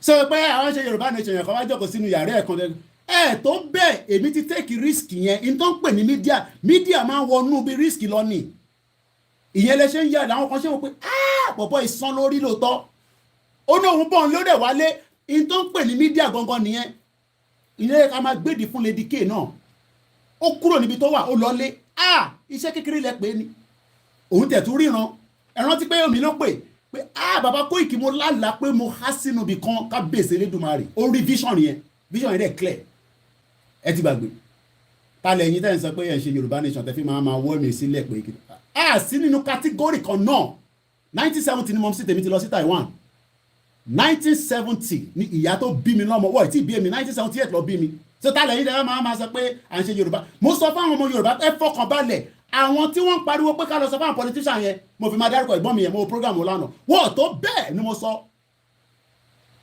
ta làwọn ta ló mọ̀ wọn tẹ́lẹ̀ ta ló mọ kòlò tó gbogbo yàn ká jókòó sórí social media Òbé jẹ́ lára bàbá tèmi ni tó fi kú Ebenezer Òbé so ta bá jókòó tá à ń sọ̀rọ̀ mo lẹ́gbọ́n mi kan ní bíbá Alhaji ni máa ń pè wọ́n his views are not with Yoruba people but he loves Yoruba Nation tí mò ń ṣe ẹ̀gbọ́n ẹ̀ gbóná tó bá ná àwọn yẹn àwọn ṣẹ́rí gbogbo àwọn senator yìí tẹ̀ ń wò lé àwọn kan ló ń bá wọn kan speech ní bíbá àwọn kan ló ń bá wọn ṣẹ́rí report speech àwọn kan ló máa ń gbé fún lọ́sẹ̀ máa wá sọ pé mo kí bàbá pastor Emmanuel tó gbà Alhaji wa yẹn Alhaji mo fi the last name sí iṣẹ́ tó ṣe fáwọn Labour Party wọ́n ṣiṣẹ́ takuntakun good gan so àwa ti wà lábẹ́ àwọn kan tó yẹ pé mentor táwa náà lọ dúró tábẹ́ tẹ́ ẹ̀ bá mọ̀ ẹ̀gbọ́n Fatai Oguribi tó tẹ̀ ń wò yẹn ẹ̀ tẹ́ ẹ̀ ká mú dáadáa ni mo mọ̀ páwọn kan máa ń ní ẹ̀gbọ́n yẹn alábọ̀dé ni ẹ̀ tẹ́ ẹ̀ ká mú ó gbóná nínú communication ní media Fatai Oguribi tó tẹ̀ ń wò yẹn we've known each other for more than 20 years ẹ̀gbọ́n Fatai Oguribi tó tẹ̀ ń wò yẹn wọ́n gbóná yọrùkú Nàìjíríà ti kọ́ bá gbogbo wọn because tó bá yẹ pé bí ti ṣèbí Délé Mọ̀mọ́dù náà sáwá sí bíbáyìí ibi báyìí Délé Mọ̀mọ́dù ti bẹ̀rẹ̀ ovation so kí ẹ̀kọ́ bá jókòó wọn sọ pé Koiki Media kí ló ń ṣe mọ̀ náà pé voluntary means that wàá fi rẹ̀ sílẹ̀ ìmájì tó bá yẹ pé mo ti ń gbọ́ lọ́wọ́ Starr Radio nísìn ṣé a lè máa lo platform yẹn láti fi polówó Yorùbá Nation àbí tó bá yẹ pé mo ti bá wọn jà àwọn Ghanaian ló ní àwọn Achiyen àti Frank they are Ghanaians láti lé mi sí ibi tí Starr Radio yẹn wà mo máa wọ bus nígbà mi ó lè take me 3 hours ìgbà mi ti bá wọ train ló máa cut journey yẹn down sí 1.5 hours ó jìn fọ́ lórí síbi tèmi gbé so kí mo fẹ́ fàwọn bẹ́ẹ̀ ni pé ẹ fọkàn balẹ̀ mídíà tèmi mo sọ fún yín pé a máa protect ìrìn àjò yìí. So wọ́n dẹ̀ ti rí gbogbo wọn ti rí wọ́n mọ̀ pé platform Koiki o media tó dúró tán ni. So and that's why they will point finger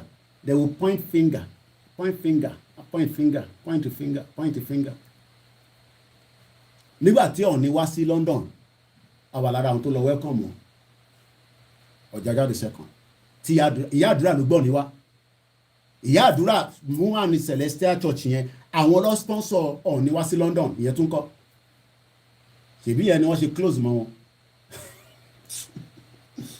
ẹ ti wọ tá a bá kúrò a ti wọ ṣí ẹ ìyá àdúrà máa ń lọ ṣọ́ọ̀ṣì wọn yẹn dáadáa ní South West àwọn ọmọ wọn kàn ń jayé ni fò lọ in and out cousin mi náà dẹ̀ ń lọ́bẹ̀ àwọn èèyàn gidi dẹ̀ wà bẹ́ẹ̀ dáadáa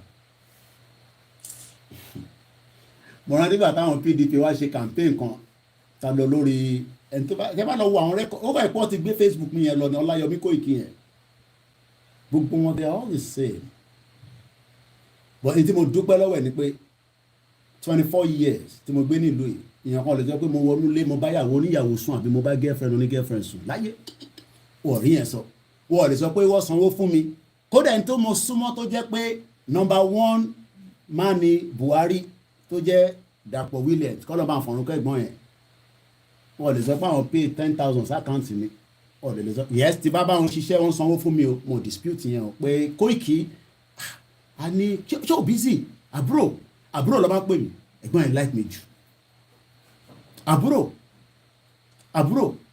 ṣé o ṣe Saturday yìí ṣé o máa wà available mo ní program you know and it pays me well for the service nìyẹn kò ń ṣe pé service ló ń pè yẹn ẹ tó bá mọ uncle Dàpọ̀ Williams kọ́lọ̀ fọ́run kẹwọn àwọn ló gbé mi lọ sí I mean I travel to Nigeria myself but àwọn torí wọn mo ṣe dé Àkókó nígbà tó lọ fi wọ́n joyè so gbogbo àwọn APC tẹ́ ń rí yẹn bọ́lẹ̀ kájà ní gbogbo wọn òṣèré gbogbo àwọn tó lọ sí ọ̀dọ̀ Tinubu yẹn bí àṣà ìgbọ́ mi gbẹ̀du on your money we shall stand ní gbogbo wọn wọ́n fẹ́ gbọ́ lọ́wọ́ Tinubu ni mo máa ń sọ fún yín pé tó bá yẹ pàrọ̀ fẹ́ jẹ mo fẹ́ máa ní access ìdí tí wọ́n ṣe fèmí ní access òun ni pé ẹ̀gbọ́n ẹ̀ sọ fún mi pé wọ́n ní mo ti bú APC mo ti bú Buhari so ọ̀fẹ́ ẹni ìdá bá ń ṣe ọ̀fẹ́ rí Kóìkì bọ̀ ẹ̀gbọ́n ẹ̀ láìkè mi but kò sẹ́ni tó lè sọ pé lẹ́ni o Kóìkì kó tó kúrò nílé ní 1998 ó dáràn sílẹ̀ kó tó sá lọ ọ̀ràn ẹ̀ ló ń dúró dé ẹ̀ nísìn that's why I'm different mo dẹ̀ dúpẹ́ fọlọ́n pé so nígbà tí mò ń bá ìyàwó mi tá a wá ń sọ̀rọ̀ lánàá ó ní kọ̀ọ̀kan tí mo fẹ́ mú jáde ń bẹ̀ a wá ń sọ̀rọ̀ lánàá Délé Mọ̀mọ́dọ̀ lè sọ gbogbo tí mo sọ ẹgbọ́n Délé Mọ̀mọ́dọ̀ kò sanwó fún mi nígbà tí mo lọ bá ṣiṣẹ́ ovation ìyẹn tó tọ́ these are stingy bastard they are stingy Délé Mọ̀mọ́dọ̀ ranu wọ́n mọ̀ mí dáadáa ẹ̀gbọ́n Délé Mọ̀mọ́dọ̀ mọ̀ mí dáadáa ẹni tó bá mọ̀ wọ́n sọ fún ọ pé Kóìkì sọ bẹ́ẹ̀ wọ́n fún mi ní yàrá tí mo lọ bá wọn tí mo ṣiṣẹ́ ní ovation àwọn gbọ́wọ́ lọ́wọ́ ìyá àdúrà àwa ta lọ ṣiṣẹ́ wọ́n fún mi ní yàrá tí ò sóúnjẹ nínú ẹ̀ do you imagine èmi tẹ̀ tí wọ́n dá oúnjẹ nínú Èkó hotel làwọn yẹn bá pè mí padà pé we are sorry this room does not have food wọ́n níbi tí báwo wàláì imagine so nígbà tó bá treat èmi báyẹn báwo ló ṣe fẹ́ treat àwọn staff wọn báwo ló ṣe fẹ́ treat àwọn tó ń bá wọn ṣiṣẹ́ that's why man sọ fẹ́yìn tẹ́ wà ń lé pé wọ́n ní anything to offer you they don't have anything to offer because tó o bá lè offer àwa ẹ̀gbọ́n ni wọ́n but like I said gbogbo pé PDP tó ń ṣe yẹ nígbà tó máa jẹ làwọn kíní kan wọn àwọn connect àwọn ti reconcile pẹ̀lú àwọn ọmọ Abacha tó fẹ́ pa yín tó lé yín kúrò àwọn ti reconcile ẹ̀mí mímọ́ kíní kan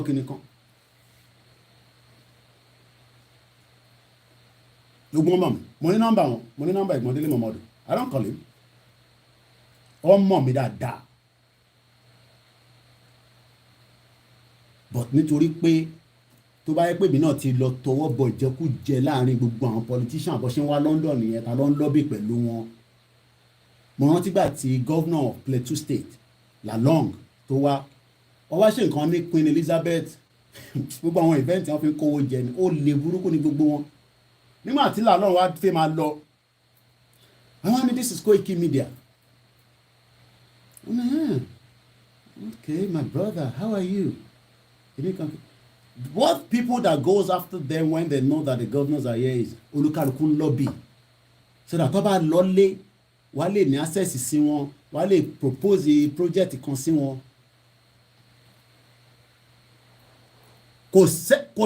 kò tí ẹni mo sọ pé mo boasted kan mu jáde ní UK 24 years pé èmi àti politician kan wájọ dìbì kan pé that's why I can boast anytime.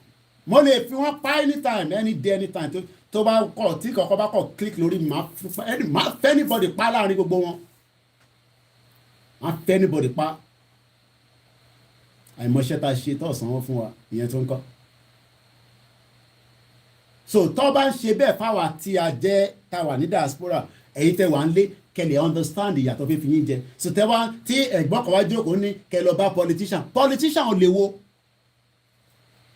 Àwọn politicians tán tẹ́ ìwò náà níwájú ẹ̀dá they are all criminals ní gbogbo wọn politicians ṣe criminals ní gbogbo wọn but wọ́n mọ̀ pé àwọn lè compromise wọ́n mọ̀ pé mídíà mi dúró lẹ́yìn tí gbowó gbogbo àwọn mídíà kan nígbà kan tó fẹ́ wọ́n mọ̀ pé mo nígbà fáwọn lẹ́yìn gbowó mo dúró pẹ̀lú ẹni pẹ̀lú mídíà mi ẹ̀ tó bẹ́ẹ̀ gbogbo ẹnu mo fi sọ. Mídíà tó dúró ṣáńgbá ni tó bẹ́ẹ̀ àwọn kan ní gbàtà mú Ìgbòho mú ò lọ́lé màmá mi ló bẹ̀ mí and my mom decided to go to Benin on my behalf nígbà tó fẹ́ dé ọ̀rọ̀ jà wọ́n ní má trial pa àwọn ọmọ tó lè ṣe má lọ sí Benin o àwọn fẹ́ kí n lọ but it will go. Bí mo sì mi ṣe ra tíkẹ́ẹ̀tì ni a lè dúpẹ́ fọ́lọ́run pé at least wọ́n rí Ìgbòho lẹ́ẹ̀mejì ní ibi tó fi wọ́n sí kó tó di pé wọ́n rí release Ìgbòho. Mo sì mi rẹ̀ sọ pé káwọn tó máa náà fẹ́ padà wá again bàbá ò ní sí nínú bẹ̀rẹ̀ mọ́ bẹ̀rẹ̀ láwọn mẹ́sẹ̀jì kan tí mo fẹ́ pass nígbà yẹn kò ń ṣe mẹ́sẹ̀jì tí mo lè pass lórí fóònù in tó gbé mo sì mi lọ sí Benin Republic ni talẹ̀ yìí talẹ̀ máa jókòó síbẹ̀ máa fẹ́ máa lè rọ́bìṣì mi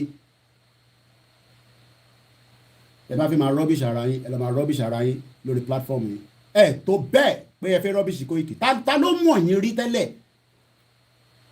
kò sẹ́ni tó mọ̀ ìkòló gbogbo yín gbogbo àwọn politician ló mọ̀ ẹ̀mí wọ́n mọ̀ mí dáadáa kò ṣe one on one àti vice president ìyẹn ló ṣe sá fún mi nígbà tó wá sí London because èmi àti ẹ pàdé nígbà táwọn àwọn ọmọ bàbá Ìjẹ̀bú ní Petrolex ni mo pàdé mo on one by àti Ọbásanjọ́ àti gbogbo wọn.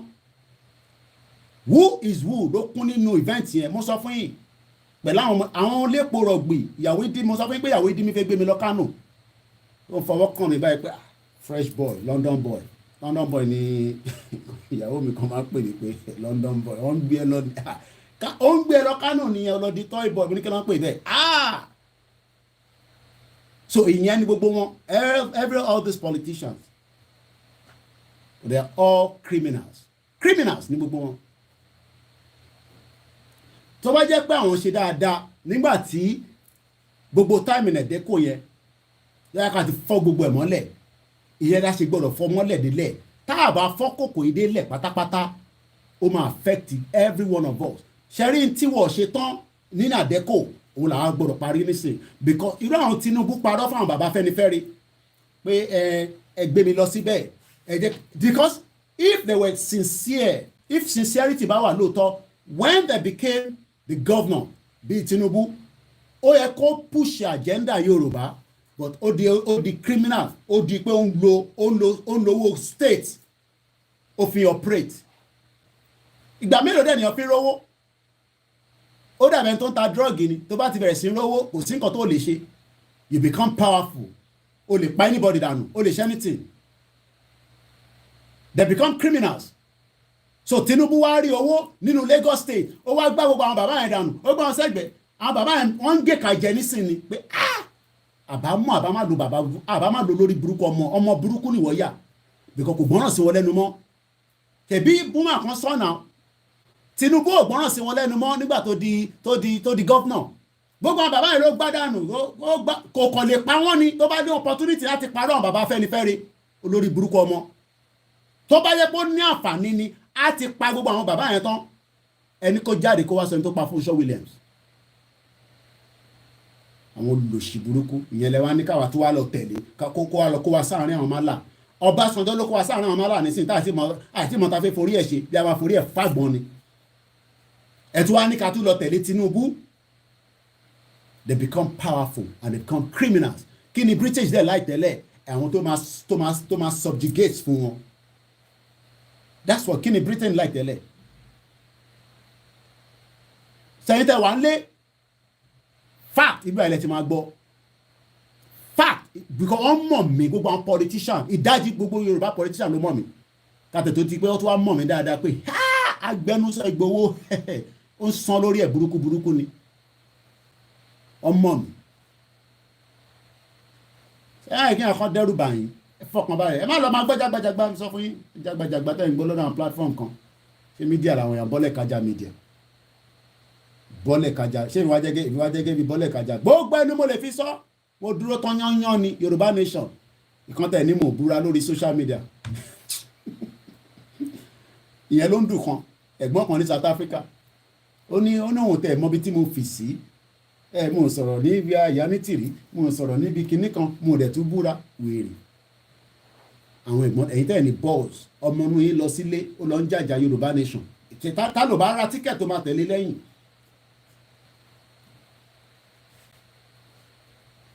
ẹ fọkàn balẹ̀ ìrìn àjò yìí mo sọ fún yín pé àfi mídíà àfi bàtàyé wọn jẹ́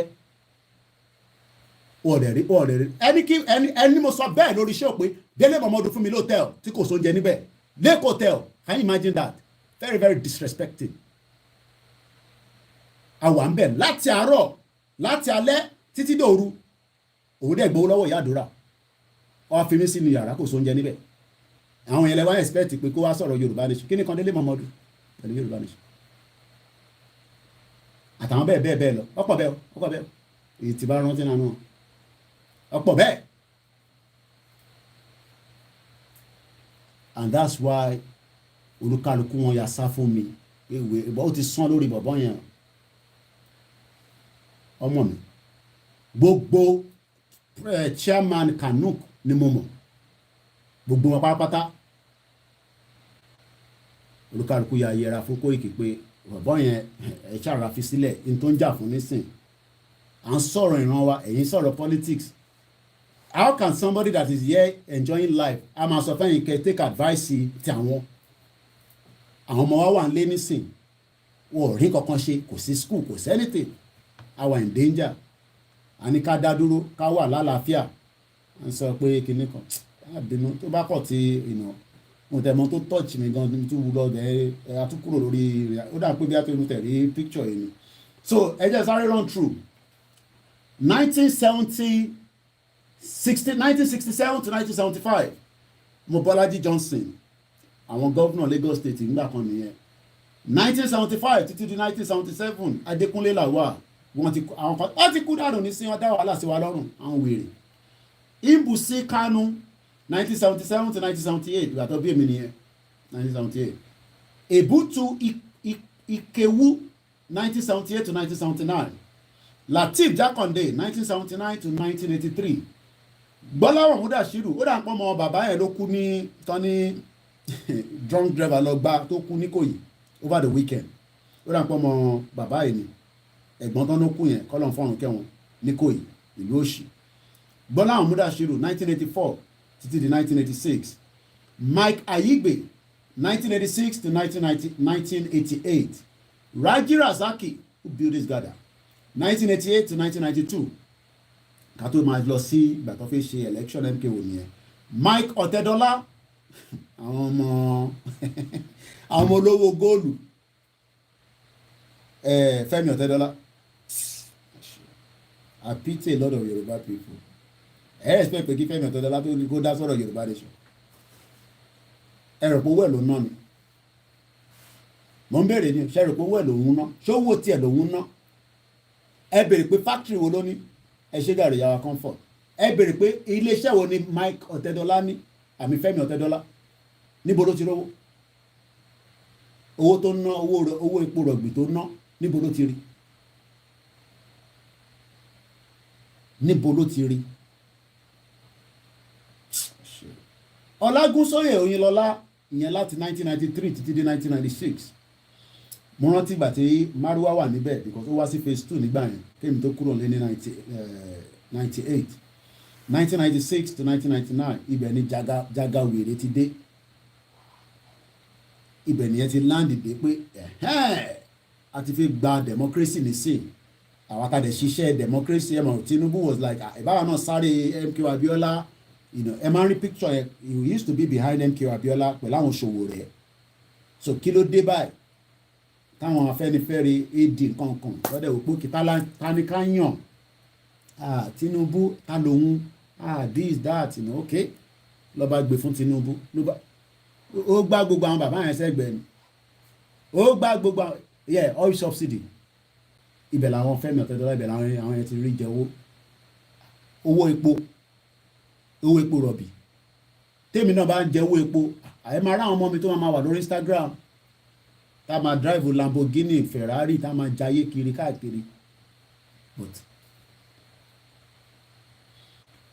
Tinubu ṣe tán báyìí agbára ti dé owó ti dé ó ti mọ bí gbogbo nǹkan ṣe ó ti mọ bí owó ibi tó wó wà gangan lẹ́kọ̀ọ́ òun raise revenue nígbà tó bá sanjọ́ fóun lówó òun raise GDP àbí IGR Lagos State to 50 billion láti 5 billion kan ló máa ń sọ ó raise ẹ̀ sí 50 billion òun náà dẹ̀ yọ 30 billion it became very powerful ó di pé èèlò lọ́wọ́ nídìí bẹ́ẹ̀ yẹn 10 million ẹ̀ fún 20 million ó bẹ̀rẹ̀ sí ní so many people tó ń ṣiṣẹ́ fún àwọn tó máa bá pààyàn àwọn tó máa wà nínú pépà tó máa kọ oríṣiríṣi against me imagine Tinubu campaign team wọ́n ní kó yọ Rufai Oseni kúrò ní channel ní ṣe Arise kan ní yẹn bá ṣiṣẹ́ he has not become the president already wọ́n ti ní kó yọ journalist kan kúrò pé because ó wà against him imagine tí wọ́n bá débẹ̀ á fìyà jẹ ṣé gèsì gbogbo wa lára ṣé kékeré ni Buhari ṣe tí Tinubu ìbá débẹ̀ á fìyà jẹ ṣé gèsì gbogbo wa lára ẹ ṣe ìyàwó Lára Ọlábọ̀dé he is not yet the president wọ́n ti ń competition lórí journalist pé kí wọ́n yọ journalist kan kúrò so right there tí Tinubu bá di president wọ́n kàn máa ní kọ́ lọ́ọ̀kì Arise TV station straight away a kàn fún instruction sí NBC the National Broadcasting Commission we kọ́ withdraw license wọn tabadẹ ti withdraw license yìí kí ló tún kù iṣẹ́ ọ̀lẹ́fẹ́ máa ṣe imagine Buhari tàtẹ́ sọ pé dead or alive by the time tí Tinubu bá débẹ̀ á make sure pé ó gáàgì gbogbo media ó ní kọ́ àwọn campaign kìíní ẹ̀ àti kìíní kan Aláké àti one other guy wọ́n lọ ń try láti push agenda pé kọ́ yọ Rufai Oseni that guy is very good ó good tó bá tẹ́ bá gbọ́ tó bá sọ̀rọ̀ báyìí ó ní kọ́ lọ yọ Rufai Oseni kúrò he's just a presidential aspirant alone for now by the time he becomes the president we are all gonna be in a big mess láti bẹ̀ wọ́n lọ gbé inspector Babatunde Raji Fashola wá nígbà tó pa àwọn èèyàn lensas òun ṣẹ̀ wá dé pẹ̀lú glasses ẹ̀ ó wá rí kámẹ́ ẹ̀yìn wọ́n tẹ̀rọ pọ̀ díẹ̀ tẹ̀ là wá after days of the ensas Raji Fashola ìyẹn wá dé àbí Fashola Babatunde lẹ́ ń pè ó wá ń smell káàkiri detective ká ló gbé kámẹ́rà síbẹ̀ yẹn iṣẹ́ òní kámẹ́rà ń ṣe bẹ́ẹ̀ ẹ fún mi handkerchief ẹ fún mi handkerchief kí n fi rọra mu kí ó lè má because evidence lè lè ọ̀pọ̀ àwọn ọmọ ọlọ́mọ dànù ní ensas ìlà àwọn ọmọ akẹ́yìn náà kí n má sọ pé àwọn ọmọ àlè yẹn ìbáwọn náà lọ tún support wọn nísìn ọ̀pá wọn dànù EndSARS ọ̀pá anybody tó máa padà nù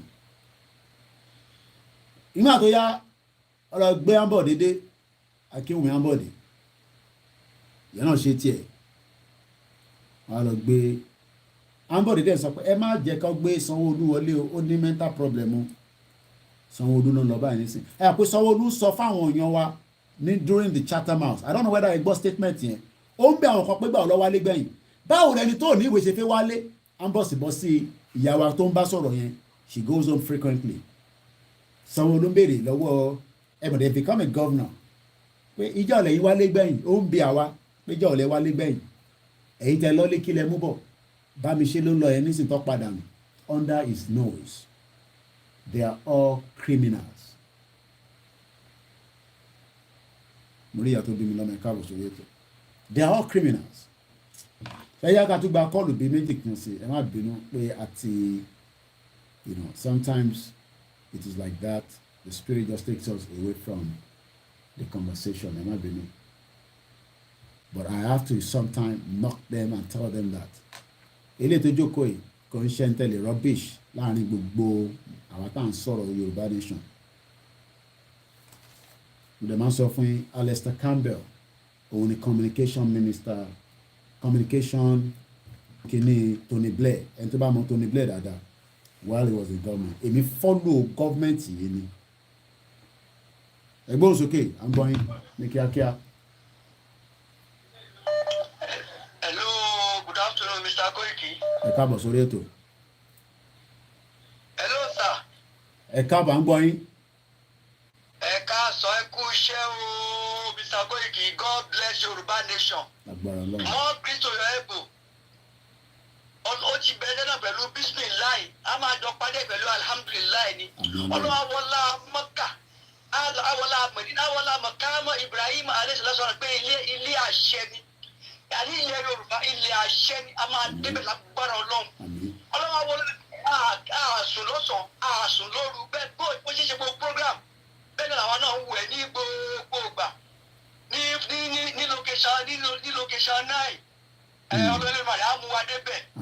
Àwa retí yín o. Ẹ bá ti sọ pé ó ti yá ìrírí tó bá sọ pé ó ti yá báyìí ó ti yá náà yẹn pẹ̀lú ògo Ọlọ́run gbogbo àlọ́ tó máa débẹ̀ because wọ́n fi ìyà jẹ wá táwa náà dé mọ̀ pé ìyà jẹ wá ìyà jẹ gbogbo wa bá a ta bá jí láàárọ̀ kò sóúnjẹ kò síṣẹ́ àwọn ọmọ lọ síléèwé wọn ò ríṣẹ́ tó gbogbo bẹ́ẹ̀ jẹ́ gbogbo àwọn èèyàn wọn dẹ̀ mọ̀ àmọ́ wọn ò rẹ́dì ọ̀tá wa ni wọ́n jẹ́ àádẹ́ máa borí wọn lágbára Ọlọ́run a máa borí wọn ìgègé ló ń lékè ẹrù àwọn la máa lékè wọn yóò bá sọ pé tí rọ́bà lọ ní ẹgbẹ̀rún ọdún òtítọ́ máa wà òtítọ́ ló máa lékè òtítọ́ ti lékè báyìí àwọn British ló ń fìyà jẹ wá pẹ̀lú àwọn èèyàn wa kọ̀ọ̀kan tí wọ́n mú tí wọ́n kọ́wọ́ fún àwọn ló ń fìyà jẹ wá àti máa bọ́ lọ́wọ́ wọn àti ẹ̀tí bọ́ lábàrọ̀ àti bọ́ lóko ẹrù káwọn kí gbogbo wa ká múra ni kí gbogbo wa ká múra àádẹ́ débẹ̀ náà lágbára Ọlọ́run. Thank you so much.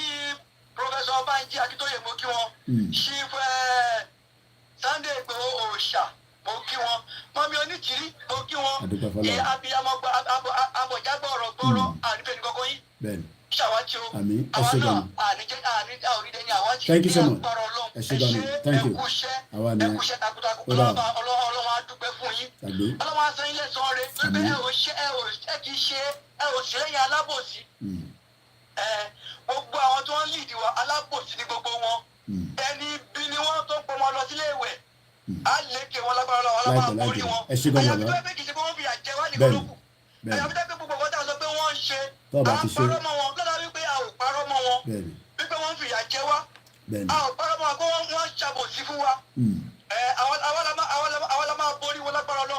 àmín ẹ ṣé gan bàbá ẹ ṣé ẹ já fẹ́ lómi láàyè. Thank you so much. Eshigoni, I'm going to let you go. Ekaro Abekasun Yawa Sarah Oyelowo Eshigoni Baba Yawa. Eja lọ sí Libya lọ́dọ̀ àwọn Ìṣọ̀lá lọ́hùn. Oya gbóhùn sókè ní kíákíá under 2 minutes. Network. Hello. Ẹgbọ́n sókè. àwọn táwọn alíbíà gan àwọn arètí tó sọ pé Yorùbá Nation ó ti dúró ni torí ọkọ máa dúró láṣẹ ìgbìmọ̀ rẹ̀ torí à ń ṣiṣẹ́ takuntakun à ń ṣiṣẹ́ takuntakun tó bá sọ pé kò dúró orí ẹ̀ la máa fi fọ́ a máa fọ́ ọkọ̀ mu ni láṣẹ ìgbìmọ̀ rẹ̀. ó ń lòdì bọ̀ ni àmín àti ń download ẹ̀ bọ̀. tẹ̀síwájú kò ní pé o. àmín bẹ́ẹ̀ ni Ìgbòho iṣẹ́ ń tẹ̀síwájú iṣẹ́ tó ṣe ó sì ń tẹ̀síwájú lójú ayé ẹ̀. wọ́n ní Kóìkì ní pé Ìgbòho ní tòun dáàdì ẹ ti pè lẹ́ẹ̀kan yẹ ká jẹ́ kẹ́lómi tún pè. iṣẹ́ láti máa tẹ̀síwájú ni iṣẹ́ gbogbo wọn máa tẹ̀síwájú ni lọ sọ fún pé mídíà tiwa ó dúró tì lẹ́yìn bẹ́ẹ̀bẹ́ẹ́ a máa educate àwọn èèyàn a máa sọ reason tí a fẹ́ gba Yorùbá Nation and the same reason àwọn politicians yìí mọ̀ but they're not gonna let you go so we are just about 25 minutes I'm gonna go come back later in the night so we are just mọ̀fẹ́ kọjá 3 hours àti really out of the time alájẹ ti pè lẹ́ẹ̀kan ya under 1 minute kọjá ti pè lẹ́ẹ̀kan ok bí aláìní wọn kàn ń tẹ fóònù yẹn ni so gbogbo ẹ̀yin wa bí a ti ṣe ń palẹ̀ mọ́ sílẹ̀ fún ọjọ́ tó máa pe ìpè hello caller láti Libya à ń gbọ́ yín ètò nìyẹn ok. gbogbo ẹsẹ̀ fún wa ní ọ̀rọ̀ ìsìtì olódùmarè àti òtítì lẹ́yìn tó bẹ́ẹ̀ tí ń lójú láti gbọ́ wọn ẹ̀mọ́ ìdálójú láti alẹ́. ṣé àwọn èèyàn máa ń wá sí ilé náà pé wáyé tó bẹ́ẹ̀ tó ní ibi tó ní Nàìjíríà ó tó kúrò ní ọgbẹ́ ọ̀hún. ṣé àwọn alágbára tó pẹ̀lú alágbára ẹ̀ pẹ̀lú ọmọ ọ̀dọ́ ọ̀kan. ẹ má tẹ kò tẹ̀sẹ̀ tó lágbára Ọlọ́run nìkan ló lágbára so gbogbo àwọn tó ń bẹ̀rù wọn yẹn ó kù díẹ̀ ni ẹ má ẹ̀ka tẹ̀ mẹ́nu lọ síbẹ̀ pé èèyàn kan lágbára kan èèyàn kan kinní kan èèyàn kan Kókó Michael kan èèyàn kan MC Olúọmọ kan èèyàn kan wèrè kan everybody just say but a máa jáde tán nítọkùnrin nítọbìnrin ẹ má ẹ̀kọ́ dẹ́rù bàyín pé nobody has the monopoly to violence but àwọn ò ní ṣe violent a máa prepare pé èèyàn kan lágbára kan agbára ìṣòro ẹni Ọlọ́run nìkan ló lágbára. ṣé rí ìgbà tí mo dé ìlú yìí sà fún ọmọ Nàìjíríà máa gbọ́ Nàìjíríà mo ti gbọ́ pé tí èèyàn bá rí oúnjẹ àárọ̀ jẹ àwọn àgbàdo ọ̀pọ̀ lọ́dà kò pèsè oúnjẹ ọ̀sán fún mi níbi kalẹ̀ wọ́n á dé lórí pé ẹsẹ̀ dúró náà irú àdúrà wo lórí gúúpù gbogbo ní ìlú àwọn fífi yẹn Ọlọ́run tó láyé tó lọ́ọ̀ ni tó gba fìyà Ọlọ́run Musa Ọlọ́run àgbà lọ́wọ́. They must all die ní bí àṣà wa confam JP. All wicked leaders must die. They have to. ọ̀rọ̀ tó kọ́kọ́ ṣe rí èèyàn méjì tó bá ń jà wípé pé ó ti ká máa fún wa ní o ẹ̀rù máa bẹ nìkan ẹ̀rù máa ba ẹnì kí wọ́n máa bẹ ní kejì but ẹnìkan wọ̀ lọ́kàn rẹ̀ pé ẹni yìí jù mí lọ. Those people they know that. Ìdó ṣẹlẹ̀ ní pé sẹ́rí wọn kan máa ń ná àwọn alágbára ní gbogbo ilẹ̀ Yorùbá yẹn they have backing of the governors. So wọ́n lo backing ní institution láti suppress ìyẹn la fẹ́ yọ kúrò bí ṣe wà ní bíbá yìí nísìn ok ṣáà wọ àwọn tó lọ sí Chatham House ta ló lágò mọ́ra wọn lórí kò sí nǹkan tó lágò mọ́ra wọn lórí ẹni tó bá ti fẹ́ di pé àwọn ọlọ́pàá rí pé ó fẹ́ máa di bí wọ́n máa ní kórìkàdùkú wà lẹ́gbẹ̀ẹ́gbẹ̀ that's all ibo lẹ́yìn tí rí tíyàn kan lọ ṣe mistakenly tọ́ assault nìyẹn but ní Nàìjíríà nísìn everybody has become powerful ládùúgbò ẹ̀ and tó kọ̀ rárá dóṣà àdúgbò tí a kò oppress anybody these are why we need to get the hell out of Nigeria so that ká lè dín pẹ̀lú gbogbo criminal tó wà láàrin ara wa a mọ̀ pé criminal wà láàrin ara wa náà we don't want that anymore we want a society that works for everybody tó bá jẹ́ lè ní ẹ̀ka lẹ́ sí prison tó bá jẹ́ pé iṣẹ́ ló ní kí gọ́ọ̀mẹ̀ntì fún ẹ lówó kó support ẹ tó bá yẹ kó fẹ́ lọ sí school ní kọ́sọ̀ ṣe bí bọ́ ṣe ń ṣe láyé àtijọ́ nìyẹn tí ọ̀pọ̀lọpọ̀ àwọn bàbá tí wọ́n wá náà ṣe politics nísìn politics àmàlàtẹ̀ àti gbẹ̀gìrì tó ń ṣe ṣe bí àwọn Awólọ́wọ̀ rán wọn lọ sí abroad ní pé kó lọ kàwé ṣe bí bàbá Akíntóyè máa ń sọ ní gbogbo gbà. ṣé ẹ sọ̀rọ̀ kan ní ilé ẹ̀kọ́ pé a máa yọ àwọn sáàtì àdọ̀tí ẹ kúrò mọ́tò rí wọn. Ọ̀bìsọ̀ ẹ̀ ní agbára náà tí oúnjẹ Yorùbá Nation bá dé Ọlọ́run àpò nífẹ̀ẹ́ tó àníbẹ̀rẹ̀ kankan wá sí àwátì ní agbára náà àwa la máa borí. ó ti di dandan. in fact jẹ́ kí n fẹ́ lómi láyé. ẹ ṣe gan-an thank you so much. mo ti yà wọ́n ní adult chat yẹn kúrò àwọn Tinubu ló máa ń ràn wọ́n wá. Kehinde Michael, my brother. Ṣé network ẹ ò gbádùn láàárọ̀ yìí ni? Ìwà jọ ń ṣe ni.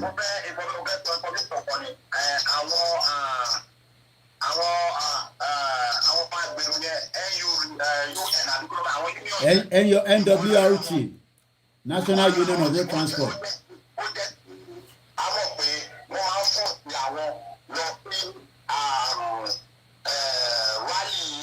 Gbogbo yẹn la mọ̀ tó o bá ti lọ máa dín pẹ̀lú wọn ni ọ máa dín pẹ̀lú wọn ni ṣe iṣẹ́ tí Ṣèyí Tinubu ń ṣe lọ́wọ́ yìí ó ń threaten a lot of àwọn ìyá wa ó kù díẹ̀ Ṣèyí Tinubu ó kù díẹ̀ mo ní sọ jù bẹ́ẹ̀ lọ ẹ lọ pass message fún Ṣèyí Tinubu pé gbogbo bẹ́ẹ̀ ṣe ń threaten àwọn ìyá lọ́jà gbogbo ẹ̀ ló ń dé orí dẹ́sìkì wa ó kù díẹ̀ ni àti ìyá lọ́jà ó kù díẹ̀ ni ẹ̀yin ìyá lọ́jà ẹ ṣe sùúrù àwọn ọmọ yín máa jáde tán tọ́ máa make sure pa protect yín nílẹ̀ Yorùbá gbogbo ìkà tẹ́ ń ṣe fáwọn ìyá yẹn a máa stop ẹ̀ gbóhùn sókè Michael. so mo fẹ́ kí gbogbo àwọn èèyàn kí wọ́n lọ fara kí wọ́n lọ prepare kó lè fara kó lọ́kàn balẹ̀ we are coming out to people we are coming out à ń jáde a máa jáde tán àgbúrò ẹ̀tọ́ wa là ń béèrè fún wọn mọ politician kan tó gbà tó ti wà ní politics tí kò sínú politics tó bá jọba ìkò lè fẹ́ràn tó kò lè fẹ́ràn jẹun but now gbogbo constituency ló ti fẹ́ rà ló ti rà kọ́ mo fẹ́ dárúkọ gbogbo constituency ló ti fẹ́ rà kọ́ and I know him very well but àwọn dúró de láti gbẹjọ́ yìí kò sọ̀rọ̀ tó tako wọ́ọ̀ ní bẹ́ẹ̀ ni èyí tó bá ti sọ̀rọ̀ kó tako wá fine but èyí tá a bá ti gbọ́ pé bá ti tako wá tẹ́lẹ̀ tá a bá ti jáde house arrest ló máa wà ẹni move ẹni sá lọ àjọ máa ṣe Yorùbá Nation ni going back ẹ ṣe gan ni adébẹ̀ parí ètò yẹn a ti wà lórí ẹni sí ti di bí ọmọ sọ wákàtí mẹ́ta ẹ jẹ́ kí n lọ relax kí n lọ fi oúnjẹ sínú mo ní grandma ló ń pè àgbọ̀ látọ̀dọ̀ wọn kékeré ó yẹ bá a ṣe ní kíákíá grandma a ti fi máa lọ.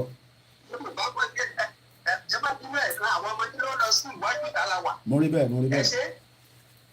ẹ ṣe ọ̀sà ṣé ẹ rí ọ̀rọ̀ tí mò ń sọ́nà lẹ́ẹ̀kan yẹn ṣé ẹ rí Àtíkù kò lè dé láti ló bá débẹ̀ ó kàn lérí asán ṣèbí Buhari lérí ṣe kó tó di pé ó gbàjọba tó kó wa sínú wàhálà tó tún ṣe tí Àtíkù bá gbàjọba lérí ogun Fúlàní ilé oko gbogbo wa lọ ogun Fúlàní yẹn nǹkan ṣé ẹ rí àwọn gómìnà àwọn olóṣèlú ilẹ̀ Yorùbá kò sí lè kó lè sọ̀pọ̀tì Yorùbá Nation nínú wọn owó tó ń rí jẹ nílẹ̀ Nàìjíríà kò lè jẹ́ ká sọ̀pọ̀tì Yorùbá Nation ṣètò ẹni gbogbo owó tó ń hú síta báyìí dáhùn ṣe dáná fẹ́ dé ìdówó yìí tí ìyá rẹ̀ jàwé yìí tí ìyá jẹ gbogbo ọ̀pọ̀lọpọ̀ ènìyàn ẹ̀yù ṣé rí àwọn ọba ilẹ̀ Yorùbá wọn lè sọ̀pọ̀tì Yorùbá Nation mo mọ ọba kan lè mo mọ̀ kan lóòrò dé tó jẹ́ pé ṣíìpù tán ní sójú omi tó fi ń kó èpo wa tó márùn lẹ́nì kọ̀ọ̀kan wọn ṣé àwọn ló fẹ́ wá sọ̀pọ̀tì Yorùbá Nation láàrín ọjọ́ àwọn ọmọ wa ti ń ṣe láti kiri báyìí ọba tí Ọmọlúkà ṣẹ̀ lọ sí ọ̀dọ̀ ẹ̀lẹ́nu mórí bẹ́ẹ̀ni ọba lálùbáríkà lọ́ba wọn ní jáde. tó jáde tí wọ́n ìfọ̀ ṣe ni mò ń ṣàdúrà fọ́bà yẹn nígbà tí mo gbọ́ ó jáde tán tó lè àdírẹ́sì àwọn ọmọ Yorùbá rẹ̀ àwọn tó ṣe ọba ìgbèrò táwọn agbóhùn mo kí ìyá mi gbé pé a mọ̀ pé bẹ́ẹ̀ni. ṣé fúnra ẹgbẹ́ wọn fún wa náà wá gbòòbí àti máàkù ìlú ẹ̀ láì jẹ́ kó wọ̀n sí àdọ́ba ilé ìpè tó tọ́ sí gbogbo ìran Yorùbá tó yẹ ká fi máa bá mi tó nìkan dàyàdé tó ń wá kò sáwọn ọba yẹn tó lè gbọ̀pọ̀ ti Yorùbá Nation ṣé bàbá kan gbọ́ bá kú lọ níjà nígbà Yorùbá Nation ṣé tàbí bá gbọ́ bá kú lọ níjà nígbà Yorùbá Nation bàbá ẹ̀jẹ̀ kẹ́ fún wa ní déètì àwọn ọmọ tó wà dé ti rẹ́ẹ̀dì wọ́n ti rẹ́ẹ̀dì àwọn ọba yẹn á sákòlò kákòlòbà ẹlòmí àgbàgbé adé orí ẹ̀ lára wọn ẹ fún wa ní déètì kẹ́kẹ́ tó ká ní níta ẹ ṣe gẹ̀rì ìyá rẹ̀ wọ́n ti fìyà jẹ ìrẹ́jọ́ wọ́n ti fìyà jẹ àwọn ọ̀dọ́ ẹ̀wọ́n ti àgọ́rọ̀ ìsìnlẹ̀ máa wà nílẹ̀ nìkọ̀ọ̀kan tí ò ní ìgbésẹ̀ lára wọn gbàdùn nínú wọ́n fọwọ́ pọ̀ wọn sí nínú ìlú yẹn ní gbogbo àwọn àti gbàdùn àwọn àkàtà wọn nìkan ló wà ìkílẹ̀ àdé ẹjẹ́ kí ẹ̀rí bèrè ṣe máa yá ẹ ṣe gangan mọ́. àwa mọ̀ yẹn àtẹ̀ blame wọn rárá àmọ̀ yẹn àwọn ìyá lọ́jà yẹn ṣe Tinubu ló ń pọ̀ sí wọn tẹ̀lé wọn inú wọn ò sí gbogbo ẹ̀ka tó ń ṣẹlẹ̀ ẹ ti kílẹ̀ àdágáràjì ẹ̀rọ yàmúyàmú èrò ká jáde à ń gbára wa kúrò lọ́wọ́ wọn tá a bá ṣe wọ́n bẹ́ẹ̀ lọ́sẹ̀ ti àwọn Ghana àdìbí lọ gbogbo wọn yẹn ìdájọ́ ọwọ́ ìdájọ́ sábàjẹ́ fún wọn ọwọ́ àwọn ọmọ Yorùbá ló wà ẹ̀kọ́ ètò bàbá mi. ẹ ṣé gan ni thank you so much ẹ ṣé gan ni mo kí àwa Christina Adémọ́lá mo kí bàbá wa Ògúntádé Muibat alátiṣe oyè ìyá mi alájà Ọlọ́runṣọlá mo kí ìyá wa alájà Gbangbala mo kí gbogbo àwọn Muslim Association of Nigeria tí wọ́n ń gbọ́ wa tó wà ní UK ọ̀pọ̀lọpọ̀ wọ́n ń gbọ́ wa mo kí ṣìfù máa mọ mo kí gbogbo àwọn redeem tó ń bẹ ní UK mo kí gbogbo ẹ̀yin Celestial Kérúbù mo kí gbogbo ìjọ pátápátá mo kí gbogbo àwọn oníṣẹ̀ṣe ní UK ọmọ Yorùbá ní gbogbo wa àbára wa jà wàá máa gbára wa kúrò nínú ọkọ ẹrú tá a wà àwa ń gbádùn ní UK náà àbí bẹ́ẹ̀ kọ́ a ní safety a ní right tá a lè claim ní Nàìjíríà gbogbo à ń claim ẹ̀ níbí báyìí náà èmi náà ti claim ẹ̀ dáadáa kò right kan tí mo claim ni pé mo ò lọ Nàìjíríà mọ́ bẹ́ẹ̀ mo fi máa gbé ó pẹ́ lóòótọ́ bó tó jáde ara right nìyẹn ẹ jẹ́ ká wo àwọn tèèyàn wa tó wà nílé tí wọ́n ní right Tinubu ò lè fún wa ní right yẹn Atiku ò lè fún wa ní right yẹn Peter Obi ò lè fún wa Kwankwaso ò lè fún wa Sowore ò lè fún wa the only right that we have now is to leave the contraction union peacefully kò síbi kankan tí bàbá Akíntóyè ti ní kíyàn kan lọ pa anybody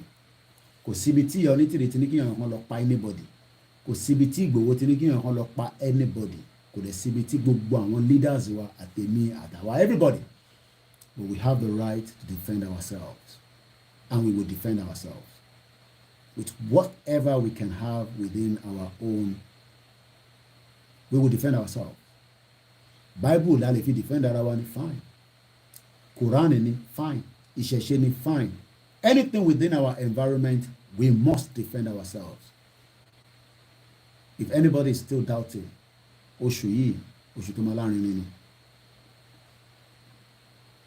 àmì sọ̀rọ̀ bẹ́ẹ̀ lọ mo kí ìyàwó Gbémisọ́lá Làwà mo kí ìyàwó Taibat Alaba mo kí gbogbo ẹ̀yàn alájà wa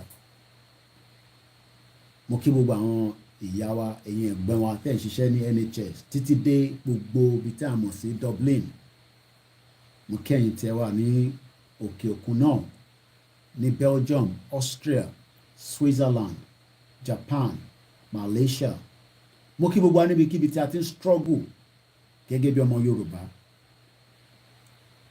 ẹlòmíì ẹ̀ mọ̀ pé immigration òun ló fún ní high blood pressure níbi tó wà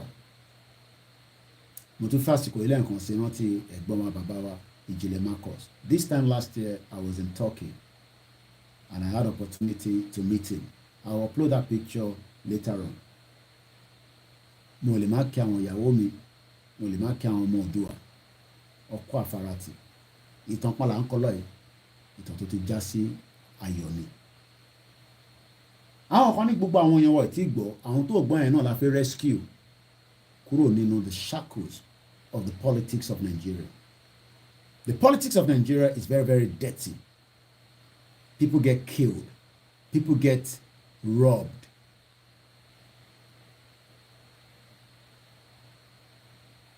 And people get used. And the time is now or never.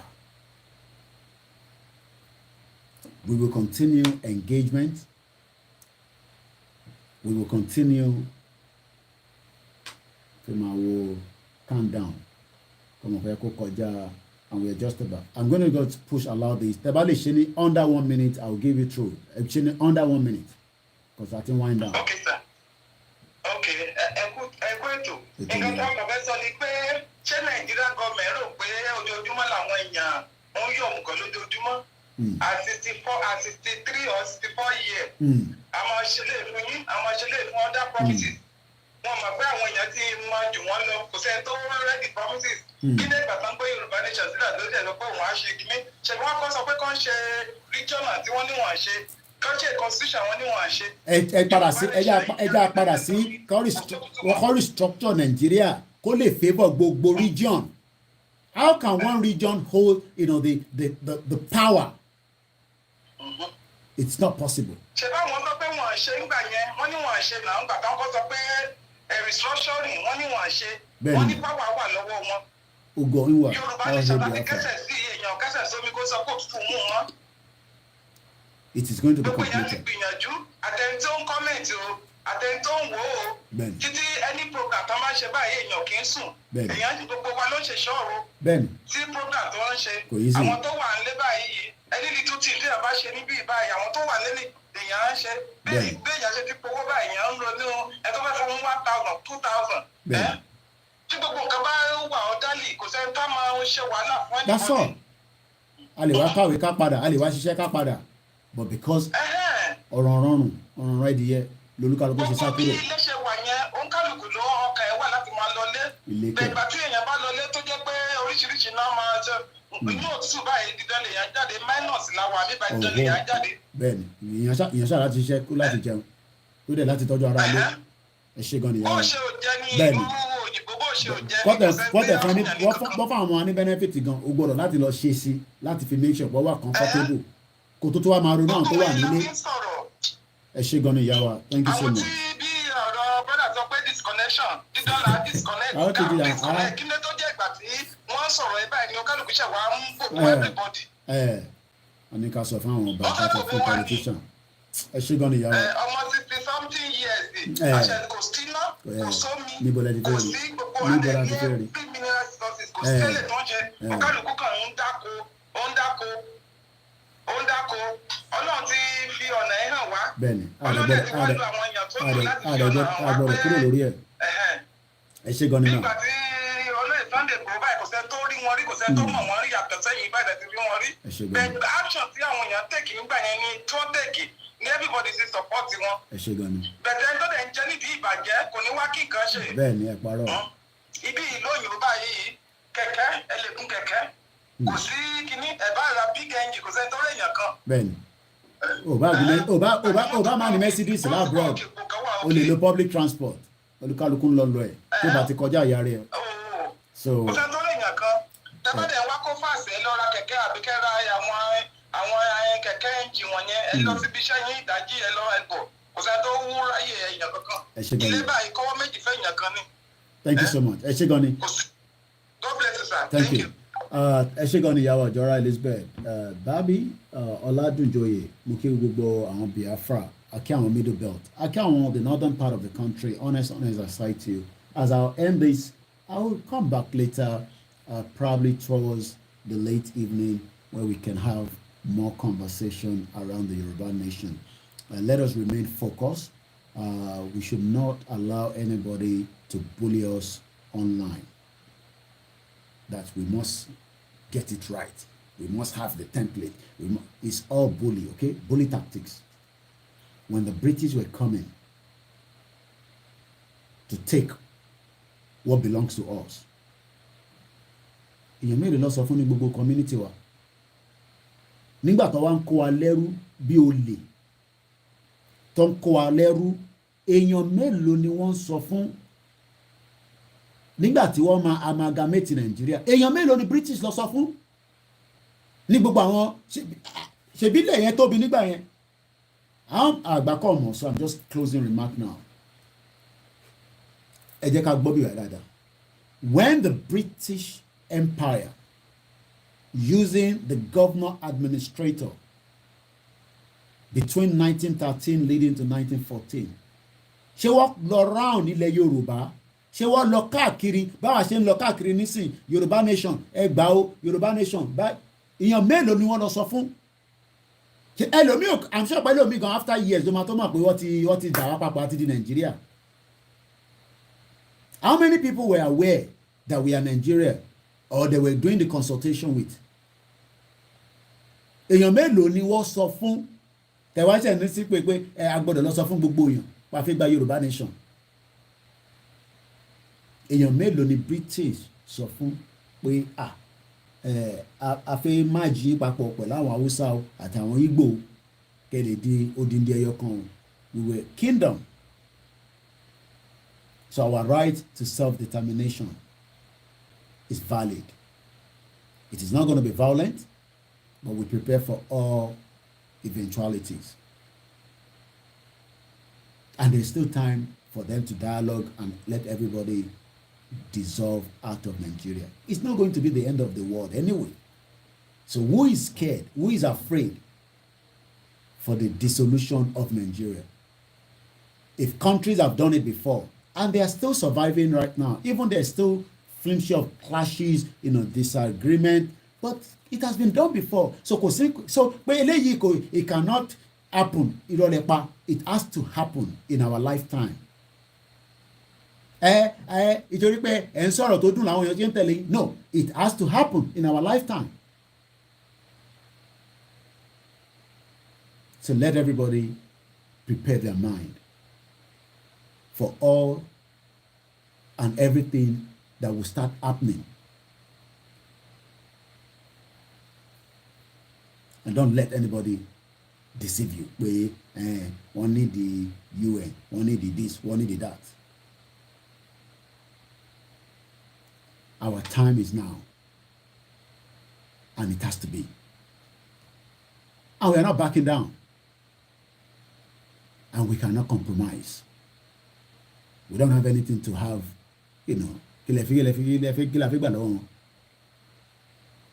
àti níyì tẹ́lẹ̀ àdèmá níyì délẹ̀ ni. So tẹ́ bá ń sọ pé Ìgbòho ó ti níyì ó dẹ̀ máa níyì yẹn délẹ̀, Bàbá Akíntóyè ìyá Onítìrì gbogbo ti níyì. So don't bring anything up nìkan àtàwọn àtàmọ̀ ní gbogbo yẹn. And some of you are pained. Ara ń dùn yín ni pé ìrìn àjò yìí tó bá lọ successful, orúkọ àwọn kan máa wà ní gold forever, ní bẹ́ẹ̀ ló ṣe máa rí. You will remember my name títí orúkọ yẹn ẹ ní gbàgbé ẹ eléyìí ó dúró tán. Ṣé yẹn ló ń bá yẹn lẹ́rù? We will make sure we stick up to the last day. Ẹ lọ múra sílẹ̀. Ọmọ àlọ́ àgọ́ láìpẹ́ ó kù díẹ̀ ni nínú oṣù yìí ni, not in January. Ẹ rí i pé àti hit ẹ̀ up pé yes a fi jáde inú oṣù yìí ni. And I don't have to argue with any idiots around the world. Ẹ jókòó sí abroad àníṣe kankan tí ẹ bá tí ìrètá ṣe Yorùbá Nation jáde rally ẹ bá máa ṣe nothing, kò dífá lọ́wọ́. Ibi táwọn lọ là ń lọ. There's no if, there's no but. The rally is this month.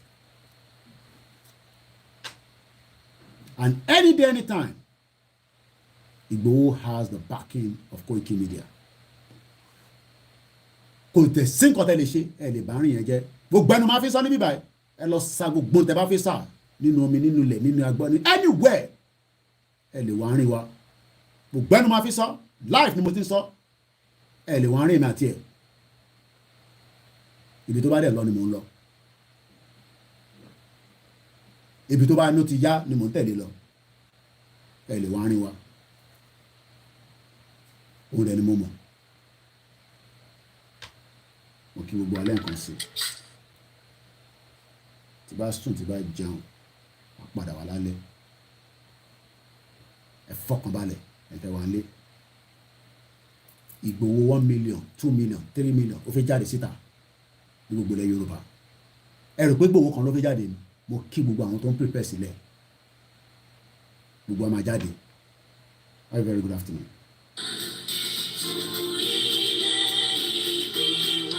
Kagbega, kagbega, kagbega. Ìgbàgbọ́ bá ti bẹ̀rù ká ṣiṣẹ́, ká ṣiṣẹ́, ká ṣiṣẹ́. Ìṣọ̀kan Nìkẹ́jẹ́ tẹ̀síwájú fọ̀pọ̀ ire àtòhun tó dára. Ọmọ Odùduwà bọ̀ sí ipò. Ìwọ ni ìmọ́lẹ̀ ògo adúláwọ̀. Ìwọ ni ìmọ́lẹ̀.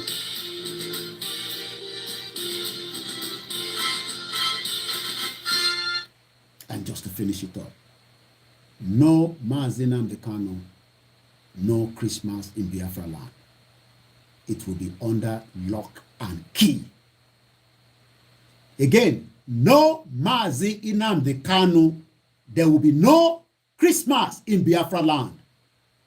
Have a very good afternoon.